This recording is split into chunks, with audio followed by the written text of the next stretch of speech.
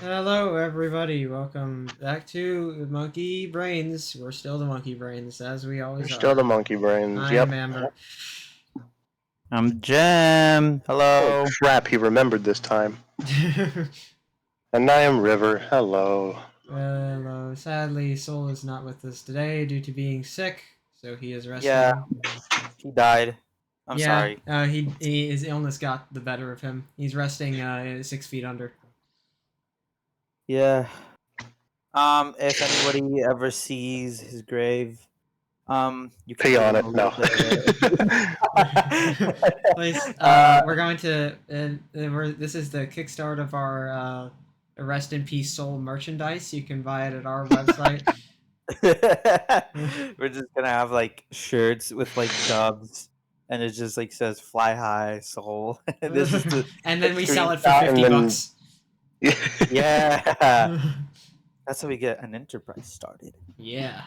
it's good to know This is that we're business. merchandising our friend's death. Oh, that's what'll happen if one of us dies, for sure. Yeah. I feel like if I was the first to go, you guys would absolutely make merch off of my death. Oh, and we're Yeah. stealing the life insurance money too. Here lies Grandma River, and then like year for year. Guys, Cameron River, like 50,000 BC to 2023. 50,000 BC. Jeez, how old do you think I am? A lot older than you let on. This really has become like the new joke of not even the just the podcast, but just like every V like call session we have. Like there has to be at least one point where we make fun of River's age. River, the old one. One of the I feel ancient, like one of the ancients of the world. I feel like there should be a comic strip where I'm just like, how old do you guys think I am? And then you guys show me a picture of a dinosaur. Did you have one as a pet? What kind of dinosaur was it? What was it called? There was a pterodactyl, and I called it Steve. Very funny. My pet. The pet Steve. that the pet of yours that by chance just so happens to be named Steve. I No, I'm kidding. His name was. His name was go go go go.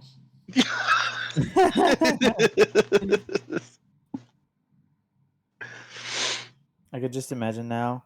There's like, do we made a like how you said, River? I just make like a comic, and it's like you saying, "How old do you guys think I am?" I say like 32. Soul says 100, and then Amber just like 50,000 plus years. I feel like okay, I have like a random ass question now that we've mentioned dinosaurs. If you could at any given point go back in time and train a dinosaur to be your pet, which dinosaur and why?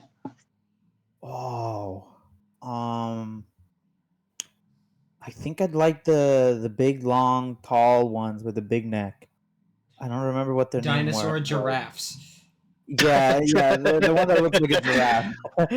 I think I'd like that one because I'm really short and I can't like.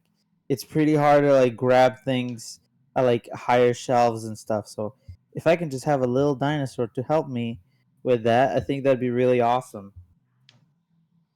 So, are you gonna be using this dinosaur to like to get like fruit off of trees, or like what's your? No, it's used to clear out a big area by having it swing its neck around. I could get fruits off of trees, but in my case, that would be the tree would be the cereal aisle, and my fruit would be my Crave box. Hey, Crave cereal is good. I love Crave.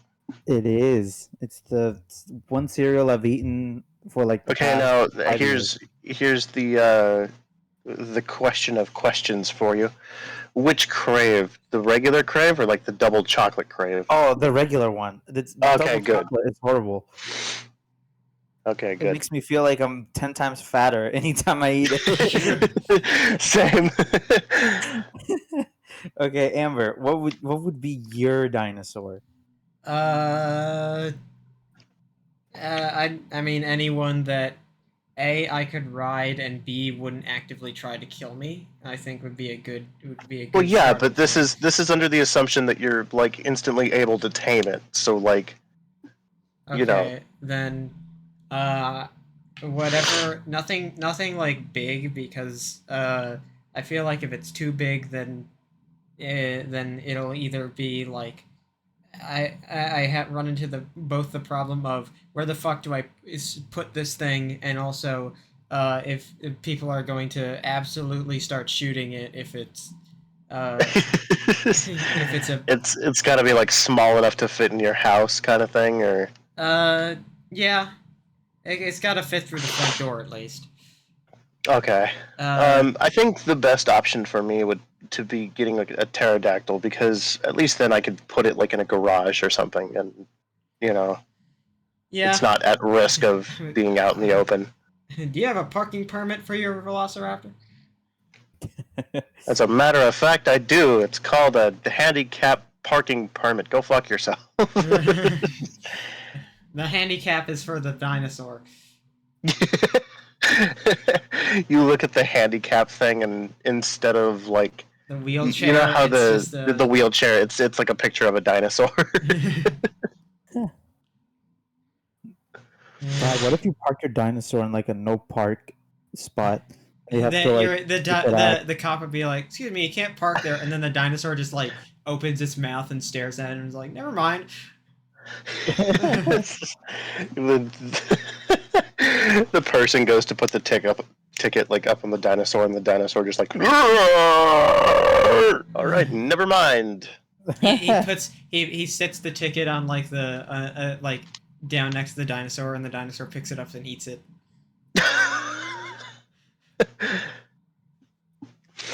Stand Oh, still. Fun fact, life hack: you can do this yourself in real life. you can run the cops? Yeah, you could if you find a ticket on your card, just eat it. Oh, yeah. You guys should do that. Eat paper. Paper Yeah, is really like Jem nutritious. did. Yeah. You only get like what is it like 1 calorie or A something? ridiculously low amount of calories. It's like 1 calorie for like some large amount of sheets of. I looked this up at some point. I know that you said like you and Fia had this discussion, was it? Or I think it was me and Jem because Jem was the one who ate paper. Yeah, I said like, hey, I think what the story was like one day, like at middle, like not actually, yeah, it was middle school. Like I'm around middle school, I was like super hungry, and my parents didn't pick me up yet, so I grabbed one of my notebooks, I tore a piece of paper and I ate it, and it calmed me down until my parents got to pick me up, I don't think it and was then that story. I think it was that you, present day, ate a bit of paper. oh no, yeah, I did that like after. No, yeah, after that, like after I said that, Amber searched up like how many calories does like a single sheet of paper have, and then it was like Yeah, 250 something pages for yeah, like for like one 1 cat. calorie. I think this was during us playing Eighth Attorney. Yeah. See, this is what that one video in Ace Attorney drives you insane. This is what watching the same video of that trial over and over again does to a man. Eat paper. drives him to eat paper. Yeah. I don't want to see it again. I don't. I don't want to look at it again.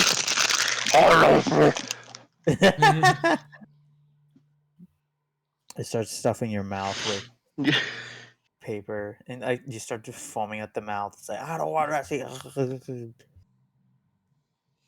Yeah. Anyway, um, uh, well, Halloween came by and gone, and now we're heading. We're heading straight on to Thanksgiving. Christmas. Okay. Well, yeah, Thanksgiving as well, but like everybody just kind of jumps over Thanksgiving, I and I I lo- mean, like, I just appreciate that there's a break in school for Thanksgiving. Oh yeah, I have one, and I'm so glad because I Yeah. really need. I really want to kind of break from college. But what was it? Uh, yeah, because like a bunch of people just kind of skip over Thanksgiving. They'll specifically Thanksgiving because it's like, oh wow, Christmas is here already. Like I already heard like a Mariah Carey song on the radio while I was driving to school. So Oh God, she's defrosting. yeah, she That's already defrosted. she posted a whole video about it on Twitter. Yeah, What? Yeah, yeah, she Mariah literally. Carey posted a video of her defrosting on Twitter. Uh, Yeah, so she's in on the joke now. yeah. Well, um, here's the thing. Uh, for those who may not be listening, we've been playing a lot of different games, and I think we've gathered on some mannerisms that I'd like to share. For Mhm. example, River is an absolute gambling addict. She keeps on Is this? losing. Hold on. Is this where I think it's going? I'm going to the tarot cards. Oh, fuck you. Where do you think it was Yeah. going? That's So exactly where I thought you were going. yeah, this Yes. context is about phasmophobia. Yeah, well, Amber hasn't been playing as much Phasmo, Yeah. but River, Soul, and I have.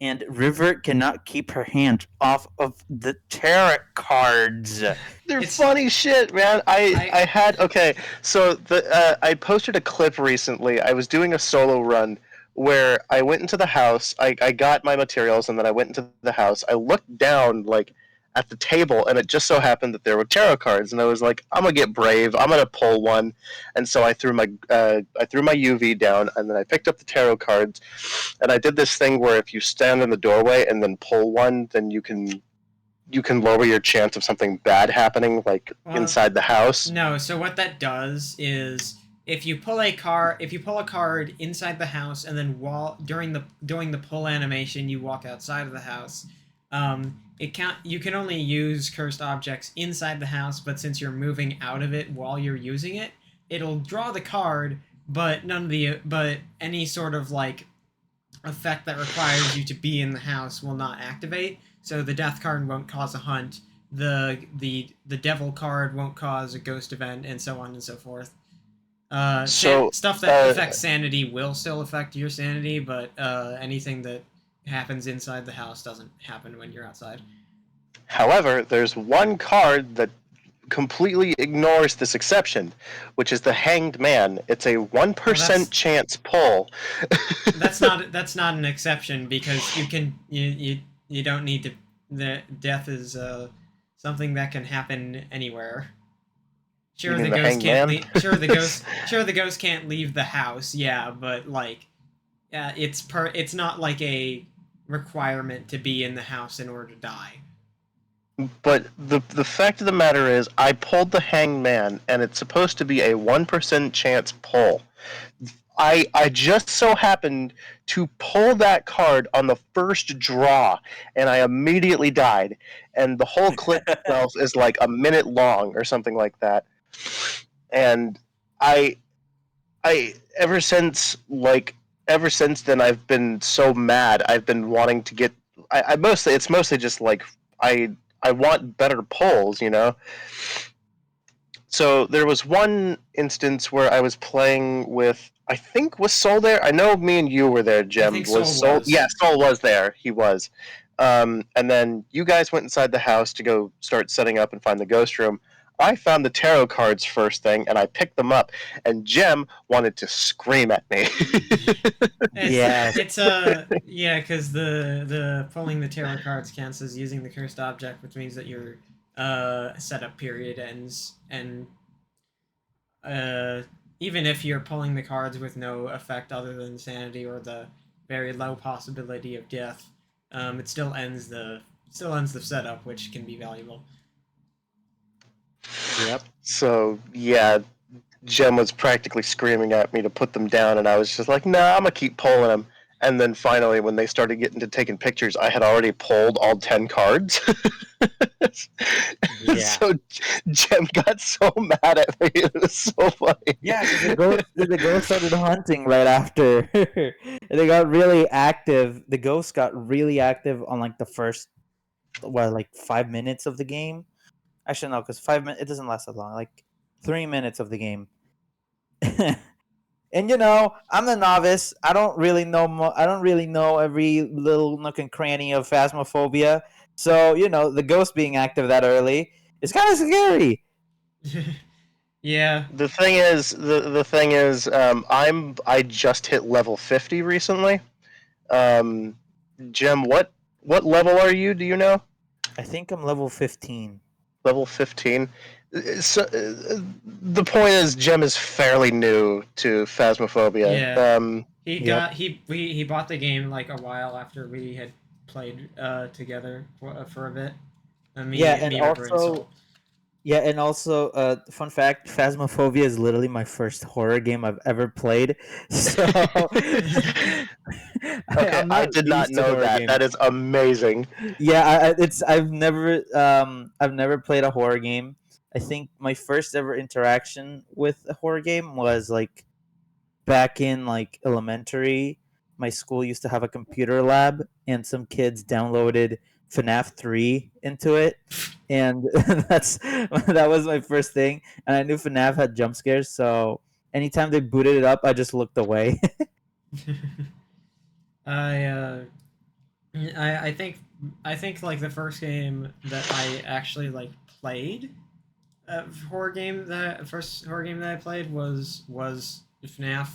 Uh, I played a lot more non FNAF ones since then, but FNAF was just definitely the first one that I ever bothered to try. The first ever Mm. horror game I think I've played was Corpse Party. I think it was Corpse Party. And then I didn't play too many horror games since then, but I did play The Crooked Man, and that one ended up being my favorite of the bunch. The Crooked Man. I don't think I've ever heard of that. It's an old RPG game. It Oh. was it was made in like RPG Maker, and yeah, but I remember like I didn't know much about RPG Maker back then, so I looked at this game and I was just like, "This is so cool!" Like, I didn't really process why it was so cool. I just knew that I had a lot of fun with it, you know. And then when RPG Maker, like when I learned about the existence of RPG Maker, I looked back at the Crooked Man and I was like, "Oh, that's ah, severely less cool, but it's still got a great story." I I there's definitely a reason why RPG Maker games tend to be cult classics.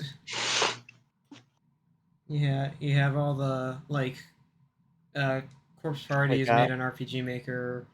Off is made on RPG Maker. A lot of RPG horror games are made on RPG Maker, like Aoni. Or, Yeah, yeah. I was thinking of the.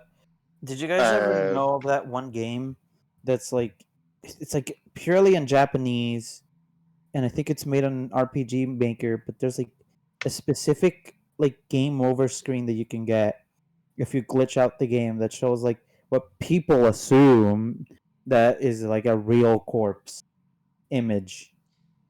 Do you guys know about that? That story sounds familiar, but I don't know the game that. I don't know the game either. I just know that I think it's no, yeah, it is made on RPG Maker. RPG Maker the is other two games that I can think of are To the Moon, which is a game that Rose introduced me to. Um, and it's actually how I came up with inspiration for River. Um, I'm not even sure if I ever mentioned that at some point. Um, but To the Moon and Ib. Oh, I want to play that at some point. I've seen screenshots Highly of it. recommended. I love Ib. I uh, I think like I haven't played a lot of RPG horror, and I like The ones I have seen, like Ib, Mad Father, all that. Um, Oh, the Mad Father. Wait, hold on. Have you played the Mad Father? I just said I haven't. Like that was the whole point of me saying that. Oh, I thought you said that you had played it. No, Sorry. no, I haven't played it. I haven't like the most RPG horror thing I've played is off, and that's more like psychological horror kind of thing. Uh, but yeah, I haven't played any of those. Kind of want to, but I haven't really gotten around to really trying any or anything like that. And also like you look at a game like say Aoni, which is when was Aoni made? Because Like I ages ago. yeah, I'm pretty sure it's like really old, and like I remember seeing like someone playing Let through me like see. a short segment, like a short segment of it, and like like I don't know the art style looks like Wow. they put effort into the character into like the character portraits. The overworld sprites are fine. The environment tile sets are uh tile sets. Like Wow. it's very dated visually to me. Like the art style is a little inconsistent across the different parts of the game Hmm. from how it looks to me from what I've seen. And especially like Aoni, I know that's what he's supposed to look like, but he just looks so goofy. It does. Like that I also, even like he has like the full body thing, but he looks like a shitty plush toy, and even more so on his overworld sprites because he just is like that, but like his head is even bigger. It feels like on his overworld sprites. yeah. A shitty plush toy. Also, I searched it up when he came out in 2004. This game is Damn. literally as old as I am. Uh, That's I insane. I didn't even know it was that old. damn. Aoni came out before I was born. I'm a 2005 kid. Uh, Yeah. I I think what that's not, what do you think is the oldest game you've played? Whoa. Well, that's kind of easy. Anybody can just say that they've played Pong before. Okay, like let's eliminate like you've played like I don't know classic like arcade games. Like say oldest like game that wasn't released for like an arcade. Um, I'd have to search that up because, like, what would be the oldest game I've played? Yeah, Uh, my thing because mine would have to be one of the games that I played like real young. I remember there is this old computer game that was on like I think our like when we used to have like a family computer and it was like a Windows XP uh and it had a game called like Polar Bowling on it which is it's this old game you play as like you can play as like one of a bunch of characters and you just it's just bowling you launch the character in an inner tube down a thing of ice and you bowl with them. It was fun for child me. They also had like Polar Golf or something. It was like the same same thing. It was just golf. Uh, I think the same characters too. But that was one. Ooh, you know one I just remembered. I have no idea when this came out, and this probably isn't the oldest. But have you ever heard of the game Zoombinis? Zumbini. No. It's I don't think I. it's an old puzzle game where you get like a set amount of these little creatures called Zumbinis, and you have to go from level to level and get them through the level. And messing up on any portion of the puzzle means that you lose one of your Zumbinis, um, and you have to like have a certain amount of them in a bunch of checkpoints in order to keep going. And I think. there's hmm? I think I found my oldest game. Oh Um, I'm gonna. I don't think I played any like real games. but I did play a lot of the games that y'all remember the games that were in like the old versions of the Windows computer. Vaguely. Which game specifically? Purple Place. Oh my god, I literally, I'm not even kidding you, I just punched that into Google to get the release date on that. I'm not even kidding you, I just punched it. That's so funny. Yeah, I did. I don't think I've ever heard of that one. Um, it was a bunch of like the Windows games. Like you had Solitaire, you had like Minesweeper, and all of those. But you also had Purple Place, and this one was a little bit more directed at kids because it had like a bunch of like bright colors. Yeah, like matching games, like dress up your character in like Candy Crush type, like the gameplay. You also had that one game where you make a cake that everybody loved. Oh, the cake. Holy shit, the cake minigame. I forgot about Yeah. that one. So I think that's probably the earliest. I was gonna say Plants vs Zombies, but Purple Place came out in 2007. So I guess that one. Yeah, it'd have to be uh, like it. I don't want to say like all those old like. I remember playing like Reader Rabbit games or one specifically, um, and like I don't know when those came out, and it's like it's kind of a boring answer, but I guess that's like the earliest I can really remember. Okay, I think I found my oldest game. Wait, let me search up Reader Rabbit. I don't know what. My oldest game, the oldest game I've played is Kirby's Dream Land, which was released in 1992. Wow, Damn. that is old. Did you? Was it on like an emulator, or did you actually like get a? No, I played like I had an actual physical copy of the game at some point. Oh. Oh, Um, wait. I think I might be lying actually. Um,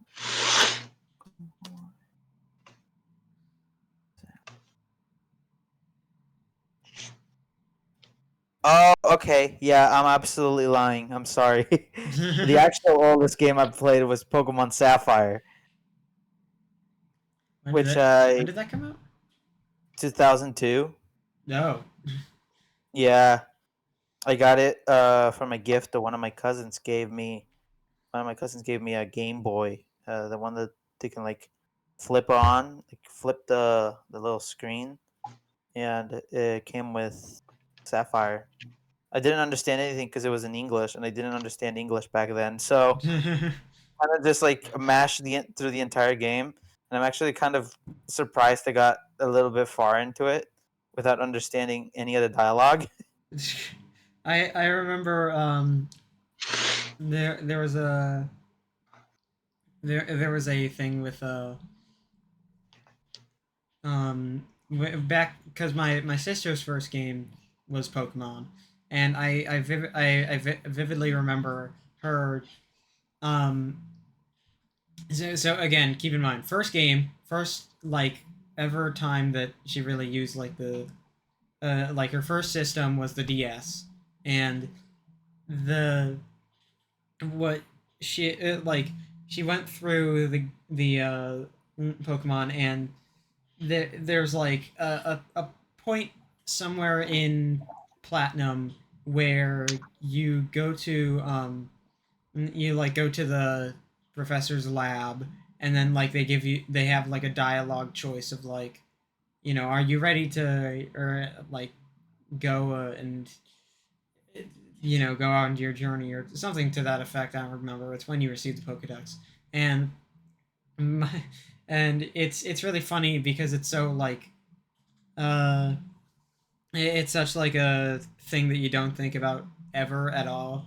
Um, uh, but she had to like make a note to herself that you don't press B to advance dialogue or select options. You press A, because apparently she was just Mm. hitting B through everything and assuming that that's the confirm option. What? That's really funny. Yeah, and the funnier part was that in order to make that note to herself, what she did was she like drew like a whole picture of the scene where the dialogue choice was, and like to like note to like make the note of you have to press A here, don't press B, and Oh. Wait, so she full on recreated yeah, she like like redrew the like screen like just wow. for the sake of making a note to. Those are getting in the recording, aren't they? Sorry, Wow. I'm getting a Steam pop up and it's making a noise, so that'll be in the recording probably. But Okay, that's yeah, that's what my sister did. Uh, she liked to draw a lot of random things, which I guess worked No, out man. because she's Me drawing things was very like most of what I drew as a kid were like OCs and um what did I mostly draw? I just drew stick I figures pretty much. oh wait, hold on. I think I might have lied again. No, I'm checking. I gotta check the release date on a certain game. what game? he's not gonna tell you because of suspense. Suspense. Mm.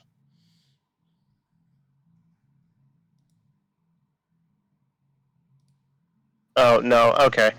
Never mind. Um.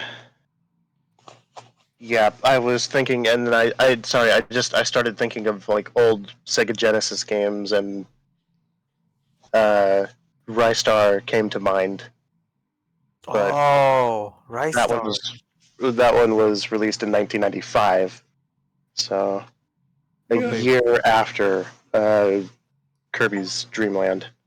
Oh. It's funny. I don't Oh. think I've ever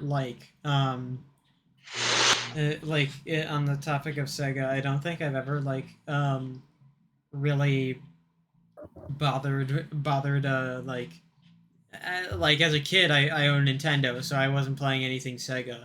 And I think like the first I don't remember if this was actually the first, but like, at least one of the first times I was ever exposed to anything like Sega was Smash because of Sonic. Um, and like I did not and still not and still to this day do not have much of an interest in Sonic or anything like it. To be perfectly honest. That's fair. I I honestly felt like that until I got roped into it. And the best thing about bless you. And the bad thing about Sonic is that I like Sonic as like a franchise and the characters, but God, I just cannot play the games. I've tried like 7 times to play Sonic Mania or another like Sonic game, and I always get stuck at like the third level because I just cannot play Sonic games. It's the worst thing ever. Like liking Okay, something and you so can't play it. I lied yet again. Okay, what's the game now? There is a Sega Genesis game on the list. Shining in the Darkness, which was released in 1991. That is the oldest game I have played. Holy! Let me search that up. Shining in the darkness. Shining in the dark. Yeah. Uh, I think yeah, Oh, I've never actually played a Sonic game, but I have I look at it and I'm just like this. I'd have no thanks, not my. This has no interest to me, and you know, so I feel like if I feel like I like not to like diss on anyone who likes Sonic, but I feel like I'm better off in my life because I'm not part of the Sonic fan base. oh, I oh, mean, yeah, yeah. Be it's glad kind you're of a not. 50-50. Yeah, like you should like be glad that you're not, but also you're kind of missing out on like the games and stuff. I just said I have Um, no interest in the games. Yeah, yeah. You're not really missing out on much lately. Yeah. I think There's most a of the- shit ton of Sonic characters. There's Yeah. look. If I want a series, where I like learn a shit ton of characters, I'm already a Toho fan. Okay, look, I don't need I don't need another. Okay. Uh, um. Uh. Though, yeah, it's better for you to keep away. I think Sonic games, as of now, are kind of all right. yeah, I Like think most people say that. I think like the best thing they put out from the perspective of someone who doesn't play Sonic games, I think the best thing they've put out in recent memory is the fucking visual novel. The murder, the Yeah, Okay, murder. Murder in hold on, Sonic hold on, hold Hedgehog. on. That was a fan game. No, no, it's an official game. Yeah, That's an official yeah, game? yeah. Yeah, it is. Sega themselves put that out. Yeah, What? I could Yeah. have sworn that was a fan game. No, it's official. no, it's not. Yeah. So that's the best thing they've put out. Oh, wow. For the longest time, I could have sworn that was a fan game. Nope. That's that. Yep, that's official. He does the Family Guy death pose in it. I'm pretty sure. Does he? That's what he does. Hang on, what? I Yeah, gotta... Sonic is in the Family Guy death Send me- pose in that game. Send me a photo of that. I gotta see it. I what? Haven't you played it? No, I have never even touched the game. Yeah, You haven't played it? it's Wait, free. I On, realize- it's free on Steam. So It is free. yeah. Oh, I'm going to play that for sure later. That Sonic Frontiers, like I'd imagine, is like the big one, but it just looks like a It looks really okay. barren. Yeah. Yeah. It does. Like I look at the world and it's like this could be way more interesting looking, but it's not.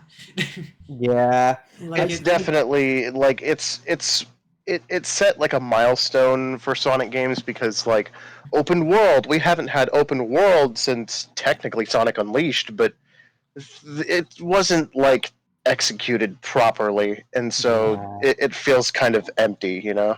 yeah. I think the big problem that Sonic in open world would have is that like Sonic is like the one character that has to go fast. Like if you have a bunch of buildings and stuff everywhere, how are you gonna like make it so he goes super quick? Yeah, I think the whole concept of Sonic himself really like the concept of Sonic is really like a shoot yourself in the foot kind of situation because like the whole point of Sonic is the whole idea of Sonic is that he's like super fast and it's a there has to be like platforming elements or some sort of like elements that has to work with him being really fast. But you have in but there's like a problem where in games usually a lot of speed sacrifices either like it's going to sacrifice some level of like playability because it's usually when you're really fast it's hard to control, or b visual clarity because you need to be able to react to things that need to be reacted to, and if you're going really fast that can be a lot harder. um, and it's just this incredibly difficult like thing to really get spot on that Sonic just hasn't done very well without like sacrificing something. Like you play a Sonic you play some Sonic level and like it's I look at the Sonic gameplay and it's like sometimes the games are just like not very fast and it just doesn't really take any sort of advantage of Sonic being fast, or it's just like here's a level that's like it's a straight path with enemies scattered along the way and like a loop-de-loop smacked in the middle. Have fun. Yeah. Like and In a lot of cases, a good majority of Sonic levels are hold right to win. yeah. Yeah. Especially like a few years ago, like around 2017. Well, that's when like was it? Yeah, that was when Sonic Forces came out. Yeah, Which one fun thing? Do you guys know what Mighty Number 9 is? I do. Yeah. That Yeah. sounds familiar, but I'm not. I think Amber, you explain because I don't remember very well. I don't remember a lot either, but what I do remember about it mostly is the story. So I believe Mighty Number Nine is kind of like a Mega Man esque platformer, um, where it was the like I think it was like an indie project from like a developer who'd worked on a lot of AAA stuff, and people thought it was going to be really good because this AAA developer gets to do their own thing, and it's all their work now. No meddling from any sort of like higher ups or big company, and it came out and it was shit.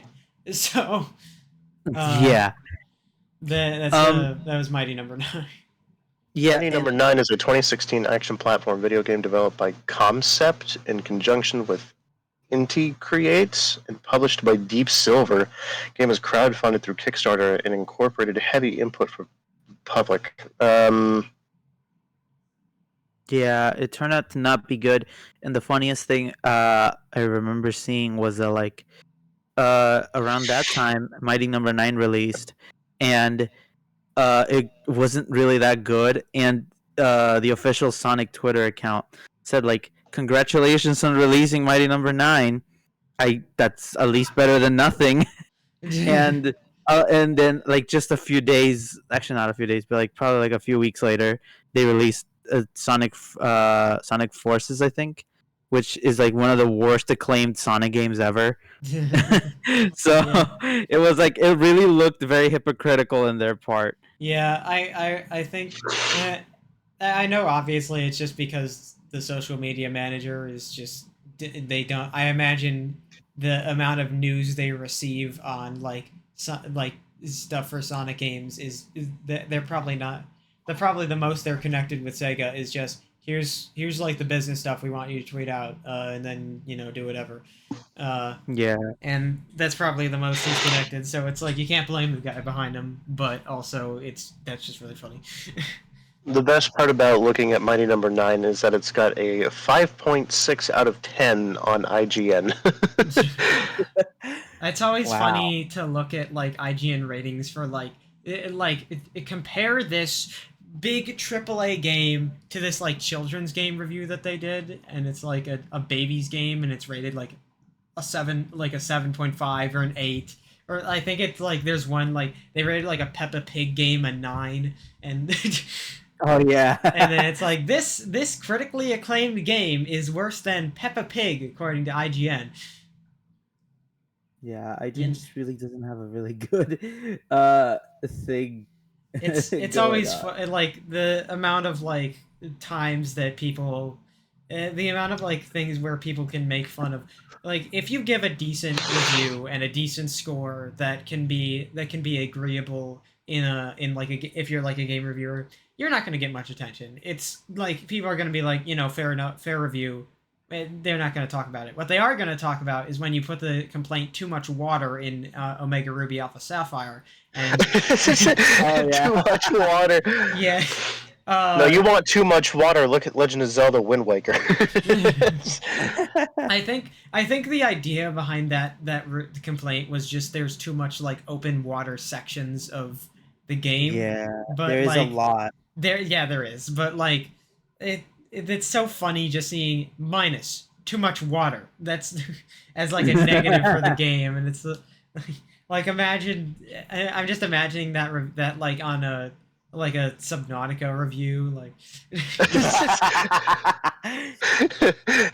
Like Hollow Knight, Fucking like too many Subnautica. bugs. the but yeah it's and then or like you get shit like the game journalist reviewing Cuphead and they can't dash over the uh In the tutorial stage. yeah in the tutorial Oh they my can't like God. get past that one section and it's like Yeah. and like you it's like so that's all the parts that get pointed out and it's like you never a game review is very much you either do a good game review and it's a decent going over and people will accept it or you do or it's just like bad there's no like exceptionally amazing game review that you can do unless you're like some YouTube channel doing like a 50-minute video on here's why this game is a masterpiece, or here's why this game is utter shit. I think I Yeah. think I think it's always funny to like go on YouTube and see uh this the best X game you've never heard of, or something like that. Oh yeah, Dude, I I know who kickstarted that trend. wait, what, who? Someone kickstarted it? I think it might have been Pyrocynical. That makes sense. That sounds about right. Yeah. Yeah, I think he made a video. Was the Cry of Fear? I think the name of the game is. Hmm. It was like the best game you've never played, and it got almost like 20 million views. I think It it might is have a kickstarted off of there. it is a very attention grabby kind of title. It's very, you can see why people use it, but also it's the kind of thing where it's like it's the meta of YouTube. You do something like that, people are gonna click on it, and then a lot of people start doing it, and people complain about it. But the YouTubers are there like, well, what am I gonna do? Your people are the ones that are clicking on it. Like, if you don't like these kind of thumbnails, stop clicking on them. Uh, but yeah, this type of game, like, I think, and a lot of like those like best X game you never played type of videos are like, it's either a crapshoot or they're really niche. Like they can like it might be a really quality game, but also it's like a really specific kind of like game that like is a very like not a like a very broad audience kind of thing. Which I guess that's kind of how that's kind of where what fits the bill, but uh, uh Um, like just those type of games where a lot of them is like, this is one of the best games that nobody's playing right now, and it's like a tabletop RPG, and a tabletop RPG with an FPS section in the middle, and also you have to devote your entire life to it or else you'll die. you talk about Inscription? No. Oh, okay. I literally like spitballed that on the fly. Oh, okay. Um, Actually, talking about that, this made me think. What is a game that either of you two wish you could replay without like knowing anything about it? I have a few. Uh, the One Shot is obviously one of them. Uh, Oh, I yeah. would love to re-experience the story of that. Another is Outer Wilds, because you play Outer Wilds once, you will never play it the same again. Whoa. uh, Bold claim. it's very true. You literally have to like forget everything about the game in order to like do a proper playthrough of it again. Um, and another one that kind of counts, but like I'm doing this on a technicality, is DDLC, because I watch playthroughs of it. I didn't play it myself, and I wish I could have Yes. done it like raw. Like I wish I could have experienced it on my own. That's exactly what I was gonna say because I I love Undertale, but I never ever played it by myself. I like learned like bits and bits and bits until I knew the full story from just watching let's plays. So I wish I could go back in time and actually plop myself down and play Yeah. the game. I think what I would do is I did like I had a weird like thing with Undertale because I played it on my own. Um and then I did do the full playthrough on my own, but I kind of wish that I could do I could replay it, not necessarily for the fact that the story is good, but that's a definite part of it. But for the fact that I want to play it when I'm not nearly as dumb. Like experience Wait, it what do you mean fresh. as Um because I was kind of the way I played through Undertale for when I was this was around the time a bit after it I think it was a bit after like it released, um and I was what was it, 2015 was it when it came out, or 26, somewhere around there, right? I um Let me check. Yeah, 20 September 15th, 2015. Goodness gracious. Um that game came out so fucking long ago. I can't believe it's been this long. But um, the the yeah, so I played it probably a bit after maybe early 2016 about. So I would have been like that was 8 years ago, so I would have been like 10. Uh Wow. yeah. uh and I and so like the way I played it pacifist for most of the way through, but dumb stupid me at 10 years old couldn't figure out how to get past Undyne. Um and so and what I ended up doing was just like fuck this, I'm killing her. uh which obviously, fucked up the rest of the pacifist run. And what you have to do if you don't do a full pacifist neutral run is, rather than Flowey coming in and saying, "Hey, be better friends with Alphys," and then you go back and reload your save and go back. You have to like replay through the whole game again. Oh, oh. So I had to do that, then do it the proper way. And my memory of actually playing the game is very hazy. I only remember it be like not knowing how to spare Undyne and just killing her, and like vague memories of like one or two other moments. But yeah, I just wish I could like play it fresh while also not being like a stupid 10-year-old. Did you ever get to Sans? um I actually have played. I did do a genocide run of the game way later, like this was several years after the game came out. I did manage to get two Sans. I didn't actually beat him. I did get pretty close though.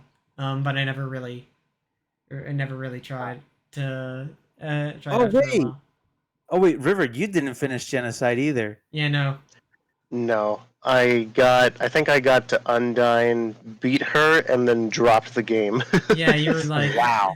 yeah, you were like, fucking finally, and then you were like, I'm done with this shit for now. Give me like a 7-year break.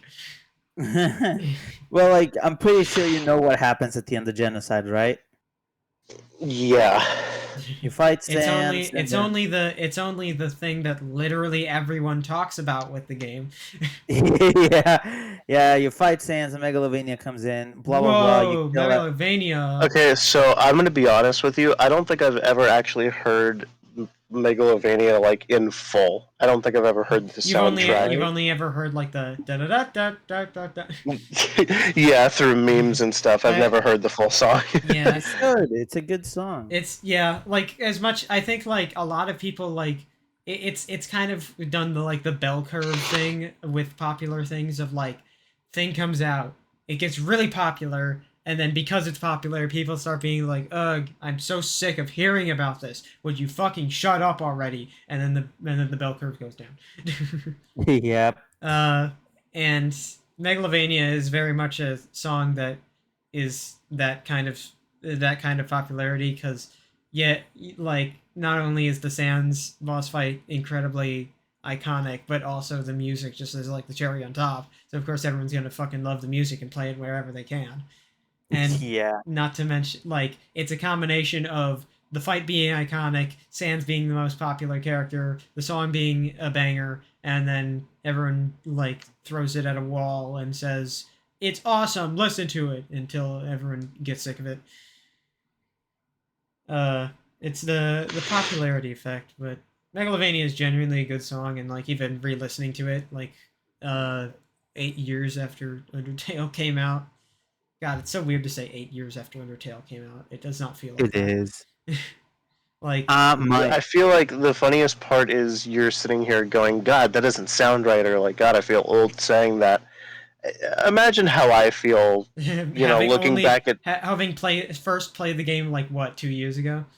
dinosaurs existed Well, like a I million mean years ago. that, but also like now you know how I feel when I look back at like Sega Genesis games, and I'm like, oh God, like I feel old. Fuck. When did Sonic 1 came out like 20 years ago? Sonic 30 years ago. 1, Sonic 1 came out in like 1991 or something like It's that. really weird to think about how like the first Super Mario Maker was like a 30th anniversary thing, and that came out like a while ago for the Wii U, and it's like, Wow. man, Mario's been out a while. Yeah. Mario's been plumbing his shit for quite some time. Then you I think wonder we about got I punched in Sonic the Hedgehog release date, and it gave me the movie date, not the game. I search up Super Mario Brothers release date and I get the movie. Okay, Sonic the Hedgehog was released in 1991. Damn. What game did I say before that? You said something like Spirit of Darkness or something. Shining in the Darkness, which was 1997 or something like that, right? Yeah. I I think. I don't remember. Which means now that I have lied yet again. Sonic the Hedgehog is the oldest game I've played. It circles back to Sonic. Sonic. I also wanted to mention like before like with the Sonic. Oh crap! I lied. Oh my Oh god. my god. I know. Okay. Listen, hear me out. The oldest game I've played was the original Super Mario Bros. That one was 1983. Oh my I mean, god. doesn't that not fit our criteria because that released in arcades? Wait, No, because I played it on console.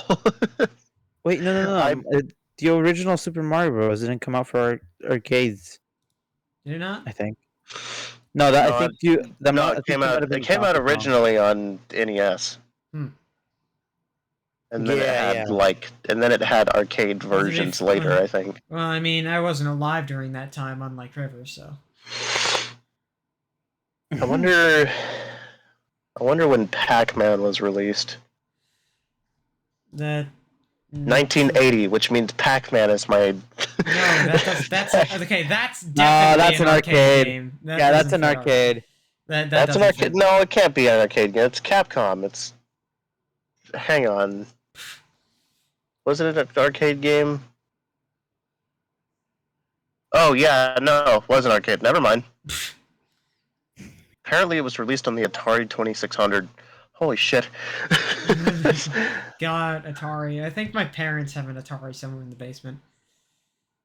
It's always funny to look back at Atari and see like, this was entertainment. Like Wow. people sat down and like enjoyed doing this. Oh, imagine that's like my exact reaction when I watch any like black and white film. like like like music only, like no talking, black and white, or No, like black and white, like very just any choppy. any Yeah, like black and old. white. Yeah, like an old movie, like black and white, choppy audio, and like very like violin only type music. Yeah, I mean, like, does that like, are you thinking in the line along the lines of like old old time animation, or like 1980s 1970s TV shows kind of thing? I mean more like original Dracula No, type movies, yeah, yeah. like that type of old I can. movies. I guess like when you don't really have much more that can be entertaining, but like looking back at it with like a modern lens, it's like, God, this is how do you have fun with this? Yeah. And like at least for like say like or early arcade games other than like Pong, like they had some semblance of like being things that you could play and do decently, and like I guess like honestly, like old games like say Snake, people still play Snake. I don't think anyone plays Snake to have fun. I think they play it because they have nothing better to do. Yeah, exactly.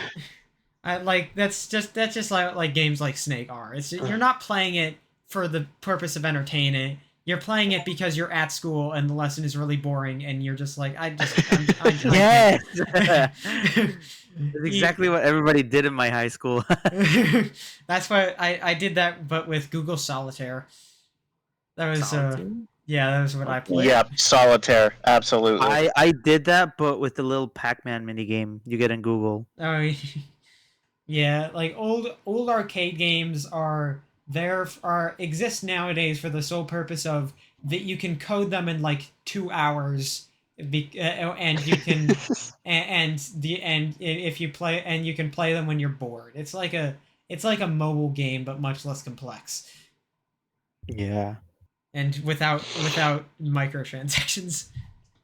All Yeah. right. What? Since we're on the topic of video games and like arcade games and stuff, what would you say is your favorite arcade game? Favorite arcade game? Uh, I haven't played a lot. Uh, but there's like some that because we had like an arcade. I I'm I'd say like mostly I'm not a huge fan of arcade games because again it's kind of that thing of like I'm just so used to you know and plus a lot of them aren't exactly the genre I would typically play. Um, I mean like there's like some old like platformer ish, not platformer isn't the right word. You're not really. It's more like you go around a level and avoid enemies and do complete some sort of arduous task or some shit. Like that's like that's about the most fun I've had with arcade games and like maybe uh I don't think this really counts, but I played Street Fighter 2 in an arcade once. That was before I was even into fighting games. Uh like I had to have been like 13 when I did that or something to that effect. But yeah, uh that's about and like maybe you know what I just remembered? One game that I think I've had the most fun with was we have a pizza like a pizzeria place like Oh, somewhere in like a town nearby ours, and we've gone to it occasionally, and they have in one of the downstairs rooms they have like a bunch of arcade games, um and like they're some of them are like they have we haven't been there in a while, but they have like a one for it's a bunch of classic games like a collection of older games. Like I think it's there's Miss Pac-Man on there, and there's uh some other games like that. But one of the things they have is like one of those like those old side scroller games where like you'd walk right through the level and then enemies would show up and uh oh, like what's it called? Like beat 'em up? Streets of Rage, like that kind of game. yeah. Yeah. Yeah, like Uh beat 'em ups. yeah, kind of like that. But what they had was there was a Simpsons version of it. Like a Simpsons Oh, I oh know my what god, you're I know what talking you're about. talking about. That's funny shit. Oh, oh yes. There's a Korean barbecue like around here that has that exact same machine. yeah, that with I think that's probably the most fun I've had playing an arcade game. The Hmm. so that's I guess that would be my answer. Mm, okay. What would be the definition of an arcade game? I'm gonna Like say a exclusive. game. I'm gonna say uh any game that has obviously an arcade release, um, and well, like something that like is known for being an arcade game. Ah. Like you can't like obviously Pac-Man is something that has been on several consoles, but it's known as an arcade game. Uh, as opposed to like I don't know, one of the arcades I went to had like like a more modern Mario Kart game on an arcade cabinet. So Oh yeah, I was gonna say one of those because we have an arcade over by our mall, and usually I like my go-to is Piano Tiles because it's close to like rhythm game, like the closest to a 4K rhythm game. But Piano Tiles isn't an exact like arcade game. You It's more of could a play mobile game. DDR. I mean, yeah, DDR is also there, but I don't know how to play DDR. Well, it's the same thing. It's a four key rhythm game, but with your feet. Yeah, except I don't get to just sit down and you True. know not do You anything. you both have to A, be active, and B, have people be there around you while you're stepping around on a dance pad. Yeah, like imagine being active. My worst nightmare. But I think I don't actually have like a favorite like arcade game. I think if like my favorite arcade game would be those that like have like cabins. It's like a cabin, and then you get in there, and you sit on top of like a motorcycle, and like you have to see like a race that you're playing in front of you in the screen. I think those would be my favorite type of arcade games because they're not usually on like phones. Hmm. But I don't think I have like a very favorite like 16-bit like type game because I don't think my arcade has many of those. Yeah, I remember we went to like there was a time where we went to like this big arcade game place, and I just was like, it has so many fucking games in it, and I remember just walking around being like, I don't feel like playing any of these. Is Fair. I think like my dad was excited to go because uh I mean he definitely wasn't born around the arcade days, but it's about the most retro game that you can. I remember. I think I forget the name of the game. There was what I think it was called Fate. This game that my dad used to play like a whole bunch. Like I would see him playing occasionally. He doesn't now, and he hasn't for like years. This was when I was like actually like 6 or something.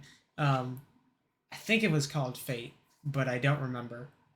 Um, I'd have to see like yeah, I'd have to see it again. I know my sister remembers the name of the game, but uh, yeah, we had like it was these old games that my dad would play, but he doesn't anymore because he works too much. So wait, you never said anything. River, what would be your favorite arcade game? I I don't really have a favorite arcade game. I did play. There was one in particular that I played because my uncle, he used to own a whatchamacallit. He used to own his own little arcade machine, but it was kind of an obscure one. I just remember that it was a Teenage Mutant Ninja Turtles game. Hmm. Um, I don't remember. Was it another like side scroller Street of Rage? Yeah, yeah, it was like a side scroller, like beat 'em up level, and that's all I really remember about it. And I was really young. Oh, it wasn't just that game though. It had other games on it. Um, it had a fucking like you guys know the old Domino's mascot, the Noid. No. Oh wait, no. No. Yeah, you said that, and I remembered. It's Oh, wait. the guy in the red Yeah, bunny suit. yeah, yeah, yeah. The arcade machine also it was like there were multiple games on that machine, and there was a game revolving around the Noid, and I remember like nothing about it. And but yeah, the TMNT game, and then that one game with the Noid. That's all I remember it having. I'm sure there was a third one, but You know, I thought of like I just thought of like there was the amount of like pinball machines that you'd find in like arcade. Like there were you'd have like 15 pinball machines, and there would be of like some random. I remember my parents before it eventually got like removed from either for like whatever reason, probably just for being old or not working or something. But the arcade near us used to have a South Park pinball, Okay. which and like and you know they had like a bunch of other random things of pinball. Uh, it's funny to think about like I think there was a particular game franchise. I think it was some Capcom game. I think actually it might have it was I'm mm, I want to say Resident Evil, but I don't actually remember. But I think it was a Capcom game where like an actual part of the lore of the series was in a pinball game for some reason. Okay. Okay.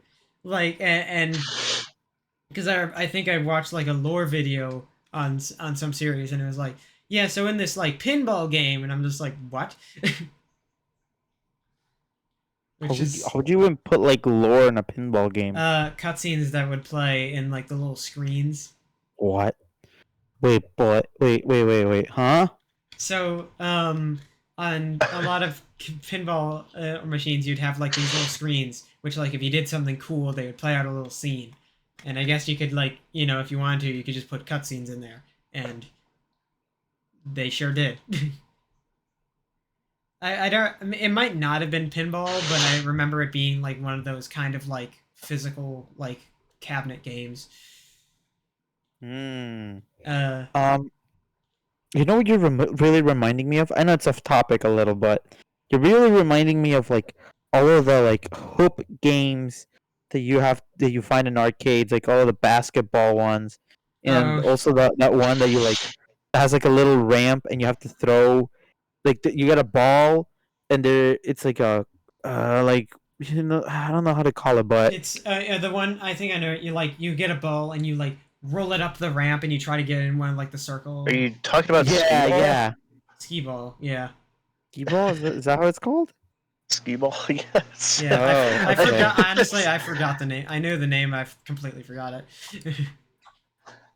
Well, yeah, it just reminded me of those Yeah. because there's a lot of them a lot of them in my arcade. I haven't been to any like I haven't been to any place with those kind of like not arcade game, but I guess like what would you even call them? Like very like I almost want to say like Chuck E. Cheese location games, Oh like yeah. What like do the you? like just those like you know like yeah what all the ones with like big flashing lights to get and like yeah uh yeah like you go to some place and it's just like here's skee ball, here's you throw basketballs at a hoop, here's air hockey, here's all this stuff, here's some like rigged game where you have to land on a certain thing and you win a bunch of tokens. And I remember there being times where we would like we'd go visit some place and obviously we'd like get a like a room in like a motel or something and or like there'd be a couple times where we'd be in this place where it had like a in like one of those rooms with a bunch of those games and like I remember one that we went to and and whatever tickets we got I would use a bunch of them on this game where it's like it hangs like a bunch of like there would be like like a I don't know if you've ever seen them but it's the but you'll see like a game where where it's like you control this like almost like this pair of like really we like this clipper and then you have to move it left like and you have to move it and try to like clip a string that's holding up like Oh, I think I know what you're talking about. yeah I played a bunch on those because there was like a 3ds in one of them and I wanted it and I never got it because obviously uh but yeah it's those like rigged blow your money on them games that I fell victim to. It's just like the physical version of a mobile game, really, and like dumbed down to its most trivial concept. The arc those places really are just like physical mobile app stores. Mm. Um. You know what? Actually, on the topic, uh, I'm not gonna lie. Shitty mobile games are kind of like a guilty pleasure. There's like, I'm not gonna. Wait, I'm why? Why do you? so Why are they a guilty pleasure? because like they like obviously they from like a design perspective they suck because they're money grubbing and like you get through the game a lot faster if you're spending money, but like they're also designed to be fun and I have fun with them. uh Wow. like it's like it depends on the game, obviously. Like they have to, have a level of content in it to be fun enough to play. Like I'm not gonna play like some random mobile game where you do the same thing 50 million times and you have to like over and over again. That's the same thing of I do it if I'm so insanely bored that I have literally nothing else to do. Uh, but like actually more complex mobile games are fun. Um, but yeah, Now, mobile games are when you say more complex mobile games, what are you talking about specifically? like think of something like Angry Birds. huh? Angry Birds. Angry Birds. I mean, Angry Birds isn't the type of. I wouldn't consider Angry Birds a guilty pleasure mobile game because that's not like it's not one of those games that like that probably scam people out of a bunch of money. Like Oh. I'm thinking like in terms of guilty pleasure mobile games. Uh, like I'm thinking like a game that is like not like a game that's like really shit that it's that no one would really want to play, or a game that's like actually decently made with nothing not much bad to say about it other than I just don't like this type of game. I'm talking like games that are like good but also like very money grubby in the ways Mm. that they present themselves. Like playing a The game where it's only. like say like Raid Shadow Legends. I don't play this obviously. Oh. I don't play Raid Shadow Legends for the record, but like that kind of game where it's like there's an actual level of gameplay in it, but also you got to spend money in order to not spend like 50 months on it and to get to like a really good position. I think the only game I have that might fit the description is Plants vs Zombies 2. Because like you could make the experience so much easier if you paid, but you can very well just get through the game just without paying, Yeah. and it's really fun too. Yeah, I think like I think like the I guess I don't know, should would if judging by that category, would you guys count a game like Genshin Impact? Mm, The thing is, I don't know because I have a friend who's really wanted to get me into the game, but I've never Is it taken the time to Fox? play it. Is it what? Is it Fox? No, it's not Fox. It's Okay. Nico.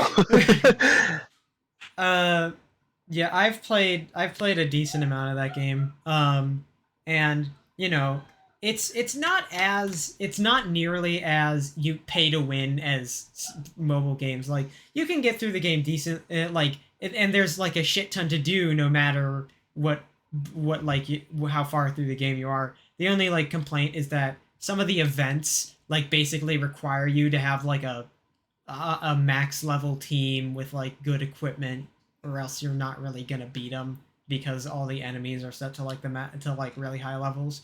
So that's kind of a meh of mine, but that's not every event, and it certainly isn't the majority of them either. So it's balanced pretty well for all levels of play, which I think is good. And it's not like you can spend money on it to make your life easier, but there's not a lot of there's no real sense of I need to spend money to get far or to beat this or to do well. There's no sense of I need to spend money to for something exclusive. Like I genuinely can't think of anything exclusive because all the characters and weapons and stuff that are part of the game's wishes can they can some are only up for a limited time. There's plenty of like reruns, granted spaced out because do they have to like put in a bunch of different characters, so it might be a while if you miss one, but you can get them later anyway. So Mm.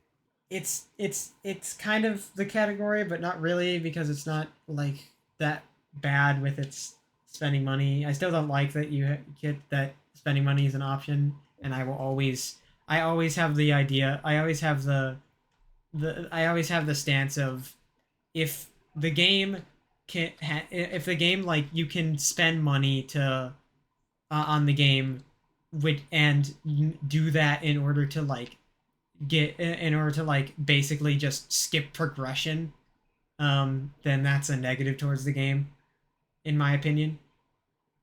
Like I think that's just a baseline for me. Like it's fine if the only thing you're spending money on is like cosmetics, like that's whatever. If you have to spend if you have to spend money and spending money will like get you a bunch of like exclusive premium shit with like actual like gameplay purposes, and sometimes even ones that have like a big impact on gameplay, or if you do it to like Impact, like Genshin Impact. yes No. like Genshin Impact. um but yeah, just any game that where spending money can contribute to how good you are at the game is no, I think that's a negative for any game that has that included. I think I have two more games that kind of fit the description. I don't have them right now on my phone, but I did have them like a few weeks ago. Um, One that like kind of fits your description, where it's like it does have microtransactions, but you don't exactly need them to progress through the game, and they can help you, but you can just kind of make it through the game on your own. Yeah, Two that I can think of is do any of you remember Burrito Bison? I do actually. What the fuck is I that? played the fuck out of that on Cool Math Games.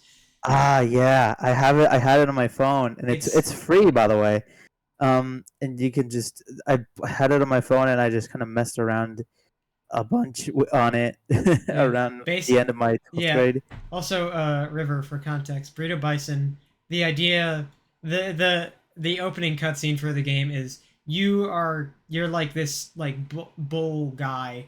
A luchador. Yeah, like a luchador bull guy, and um, and you get like sucked into the. I don't did they? I forget. I don't know if they changed this at all because it's. No, no, I've no, never. no, they didn't. Okay, but you get sucked into this bag of gummy bears, and you're teleported to this gummy bear dimension, and they put you in this like you're in this coliseum and ring where you have to where the a bunch of the gummy bears are like wanting you to fight the big gummy bear guy, and they want you all and they want you to lose, and so and so your character's idea is fuck that, I'm going to pull back against the ropes of the ropes of the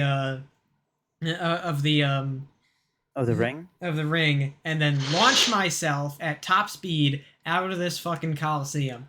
And Yeah, the point of the game is that it's you launch yourself, you try to get as far as you can, and then once you fail you can upgrade yourself and go back and try again. yeah, and it's really fun, and you can buy a lot of stuff in there. The other game I was thinking about is King of Thieves. I don't know if any of you played King of No, Thieves, haven't heard but of I've it. heard of it, but I've never played of it. I have okay, you've heard of it but you've never played of it.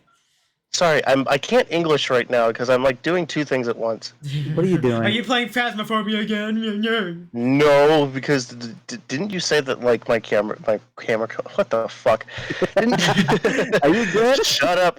No, my brain is fried. I'm sorry. I took like an hour walk down to a pharmacy earlier and I can't English right now. I can't do anything right now because my brain is fucking fried. Um what was I going to say? You we were talking about Sea of King of Thieves. I almost said Sea of Thieves. Yeah, you uh, said something like, I have, people have said, talked about it, something, blah, blah, blah. Oh yeah, I've heard of it, but I've never played it. And then Amber was making fun of me because I accidentally said play of it. Shut up. play of Um, the game. play of the game. Um, the thing that I'm doing right now, if you must know, is earlier we started talking about like the oldest game that we've played, and for some reason my mind came back to this one Sega game that I swear I could never remember the name of. Um, and I wanted to see if someone had put a ROM of a ROM of it somewhere, and lo and behold, they did. It's called Sonic Blast. Um, Oh, Sonic 3D Blast. no, Oh. it's a separate Is game. Sonic It's Blast anything like Sonic Boom? no, Yeah. it's a very shitty game. Like, I genuinely cannot believe that Sega okayed this game because I'm playing it right now and it's fucking terrible. The graphics are god awful, but it's I which mean, is better? Which is better, this or the Sonic Dreams collection? oh, Sonic Dreams Collection by far. Speaking of which, I think we should provide some context for the people Yeah, who yeah. don't So, know. a few days back, we were going through.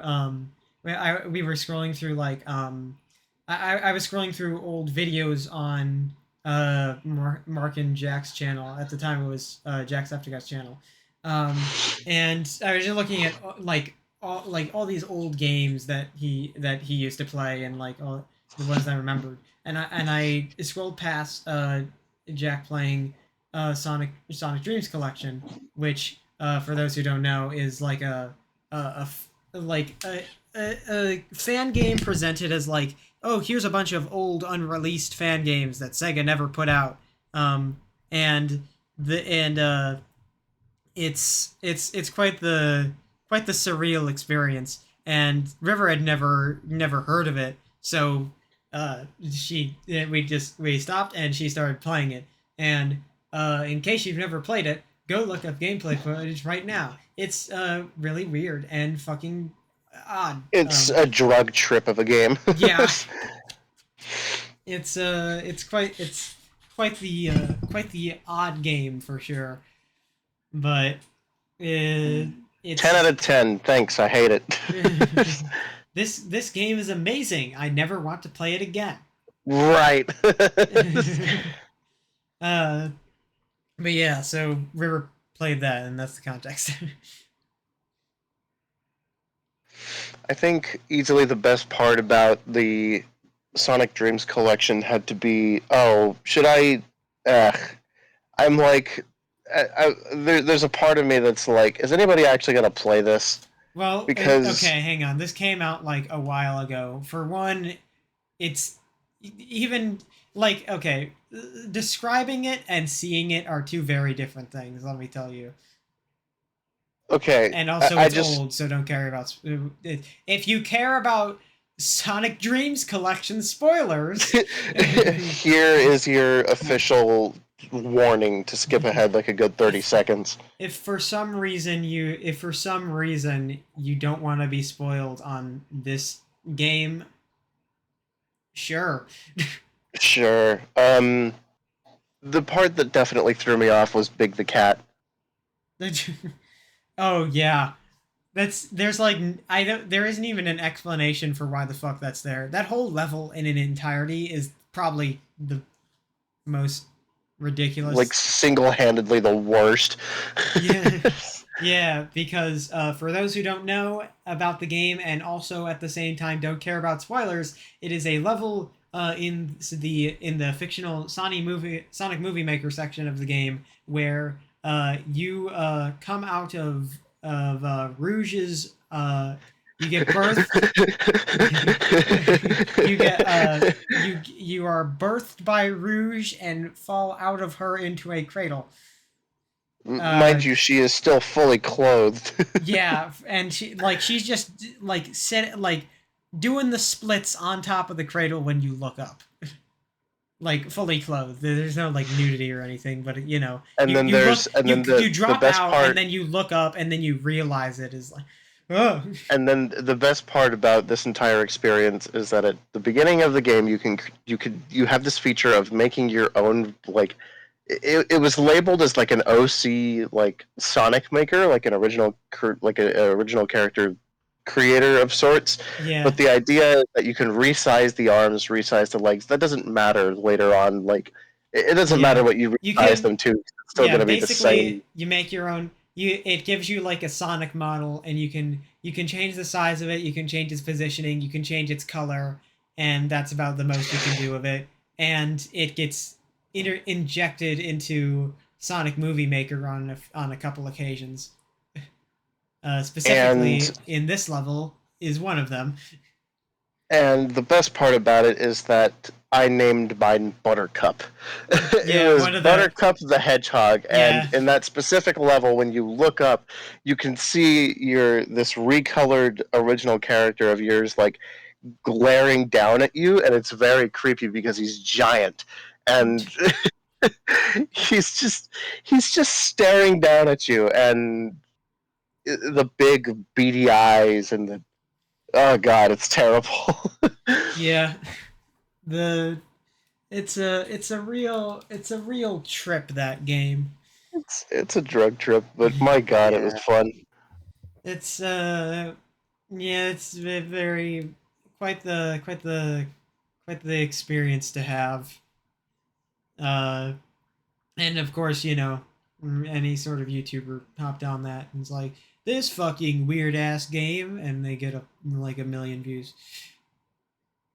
Uh, The worst game you've never heard of. exactly. It's never play this Sonic game, or no. I played this Sonic game so you don't have to. I played the worst Sonic game, so you don't have to. Imagine like sometime in the future when like the Sonic Twitter account references it or something. Uh, which reminds me of a thing I was gonna mention.